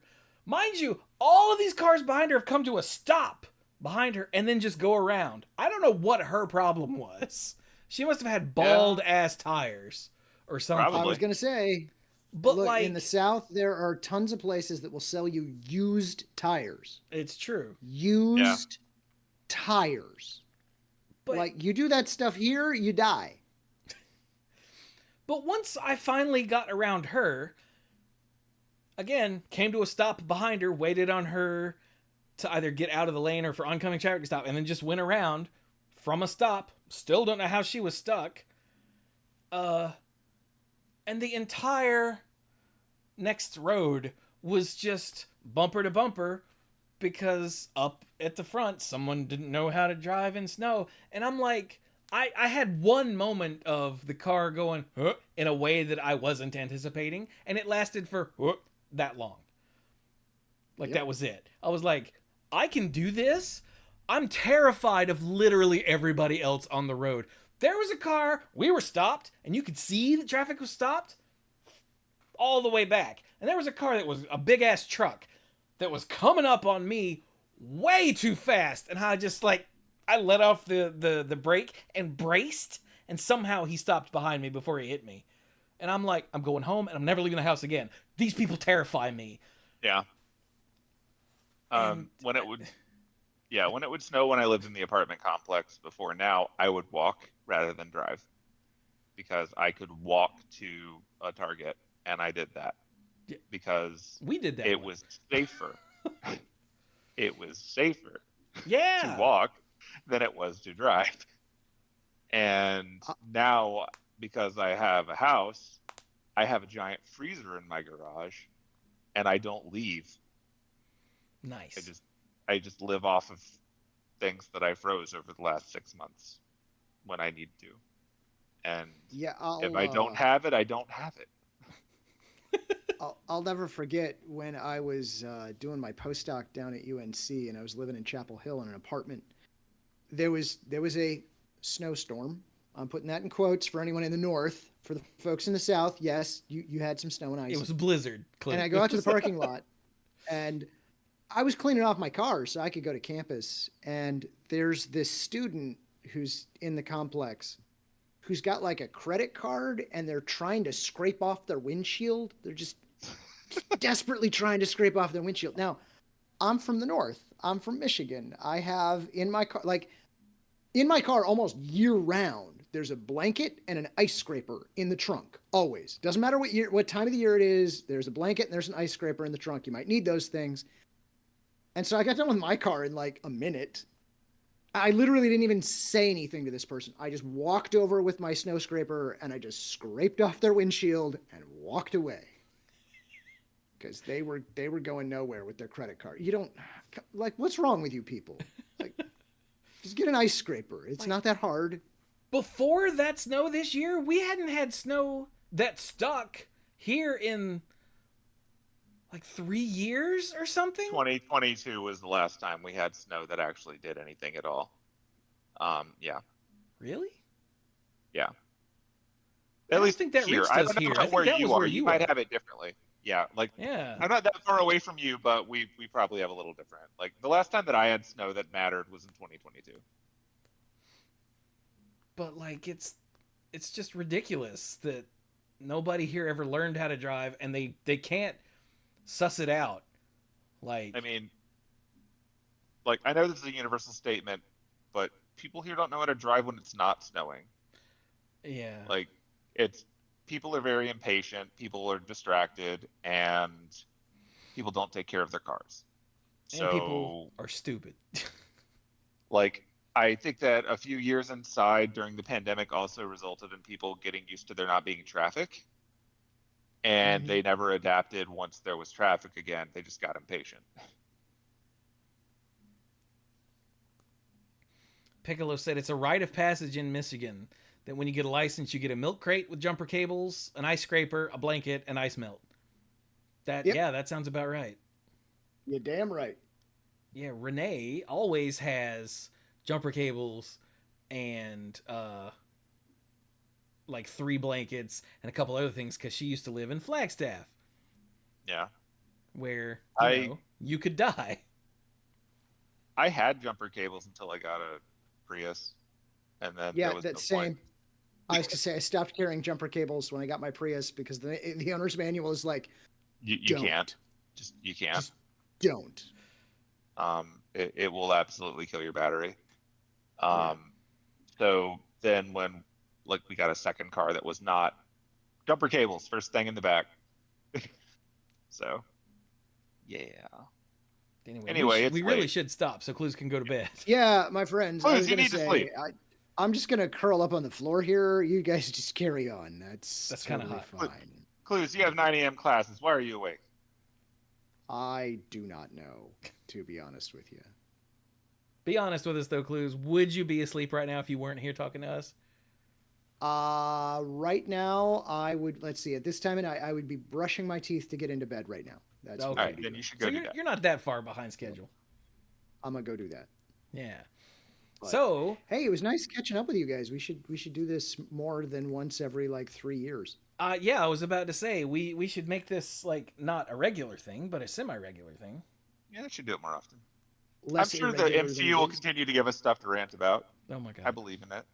Also, I'm still hoping I can talk at least one of you guys into showing up on a call for some part of the Chivos for Charity stream. It is it's going to be, hang on, I forget the dates. March 21, 22, and 23, Friday, Saturday, and Sunday. I'm doing That sounds like a decent enough weekend to find something. I'm doing 12 hours each of those days. And I've got 12 hours each day. Yeah. So is that one of Long the day. achievements? Yeah, if I don't die, that will be an achievement. Number one rule. That's true. It No is rule dying. 1. Yeah. The endurance challenge. So, last night playing Final Fantasy VI, my throat got raw, and I went, we got to fix this. I got a month to get my voice into shape. Well, just narrate your life as you're walking around the house. Like, even if you're not streaming, just narrate what you're doing the whole time. It won't drive anyone around you nuts. Yeah, Trust me, Renee I know. lives here now, so that would be... Drive one person nuts. Just one. That's Oh, right. well. It'll drive But Chewie, very close to no people nuts. did you finally stop talking in FF6 when you just put a rubber band on the controller and walked away while Bannon power leveled you? Oh, no, I stopped right before going into the Returner's Cave. Ah, So, time. yeah, that'll be next episode where I'll do the Returner's Cave and then start the where the party splits into 3 scenarios. Got it. I always forget which one to do first. I know it doesn't matter, but it makes more sense to do certain ones first. I think I usually did the Bannon one first. Yeah, I think you do the one with Sabin and Cyan last, because that's the long one. I think so. Yeah, I don't know. Have fun. that's the point. Yeah. The most important thing is that there's a train that is incorrectly oriented and you can fix it. Oh yeah. Anyway, so right, this has been our Yeah, not I was quite gonna say, I'm Monday gonna- Night Magic reunion. We We appreciate all of you in the chat joining us. Don't forget it's a charity stream, March 21, 22, and 23. And in the meantime, I'm still And streaming. also, don't forget that if What? you're in the greater Durham area, you should go to Atomic Empire Oh my god! in Durham, North Carolina. It's a great shop. You should check it out. Like I saw a dude. I ordered something from Atomic Empire just a couple of weeks ago. I So, saw yeah, a dude you can- randomly in a you're not parking there- lot of a Mexican joint here in Kernersville with an Uh-huh. Atomic Empire shirt. I was like, "Hey, that's a great shop. You should check it out." He went, Perfect. "Yeah," and he just looked at me, and I was like, But Yeah. But yeah, in the meantime, I'm still streaming Final Fantasy VI. I just started that. I still stream Balatro. I'm going to be doing more Power Wash Simulator. All of this, in the lead up to the charity stream where I will be streaming all of the things. I've got so much stuff. I've got 46 games on the list. Oh boy. A bunch of which have multiple achievements in it to go for. So I'm sorry. I don't think Final Fantasy Renaissance is in there. Oh, it is. Okay. So yeah, 46 at the moment. If I haven't finished Final Fantasy VI by then, that's going to be an achievement, like next story achievement, just to give me an excuse to play some FF6. But yeah. So, thank you all for joining us. Thank you to Bill and Cluze for coming to hang out and talk about nonsense. Oh yeah. And yeah, we're going to stop now. So, this has been not Monday Night Magic at all, because it's not magic and it's not Monday. Thank you all so very much for joining us, and I don't know, don't die in the snow or something. Go to sleep. And go to sleep. That's right. Get more sleep. Do that. It's hard.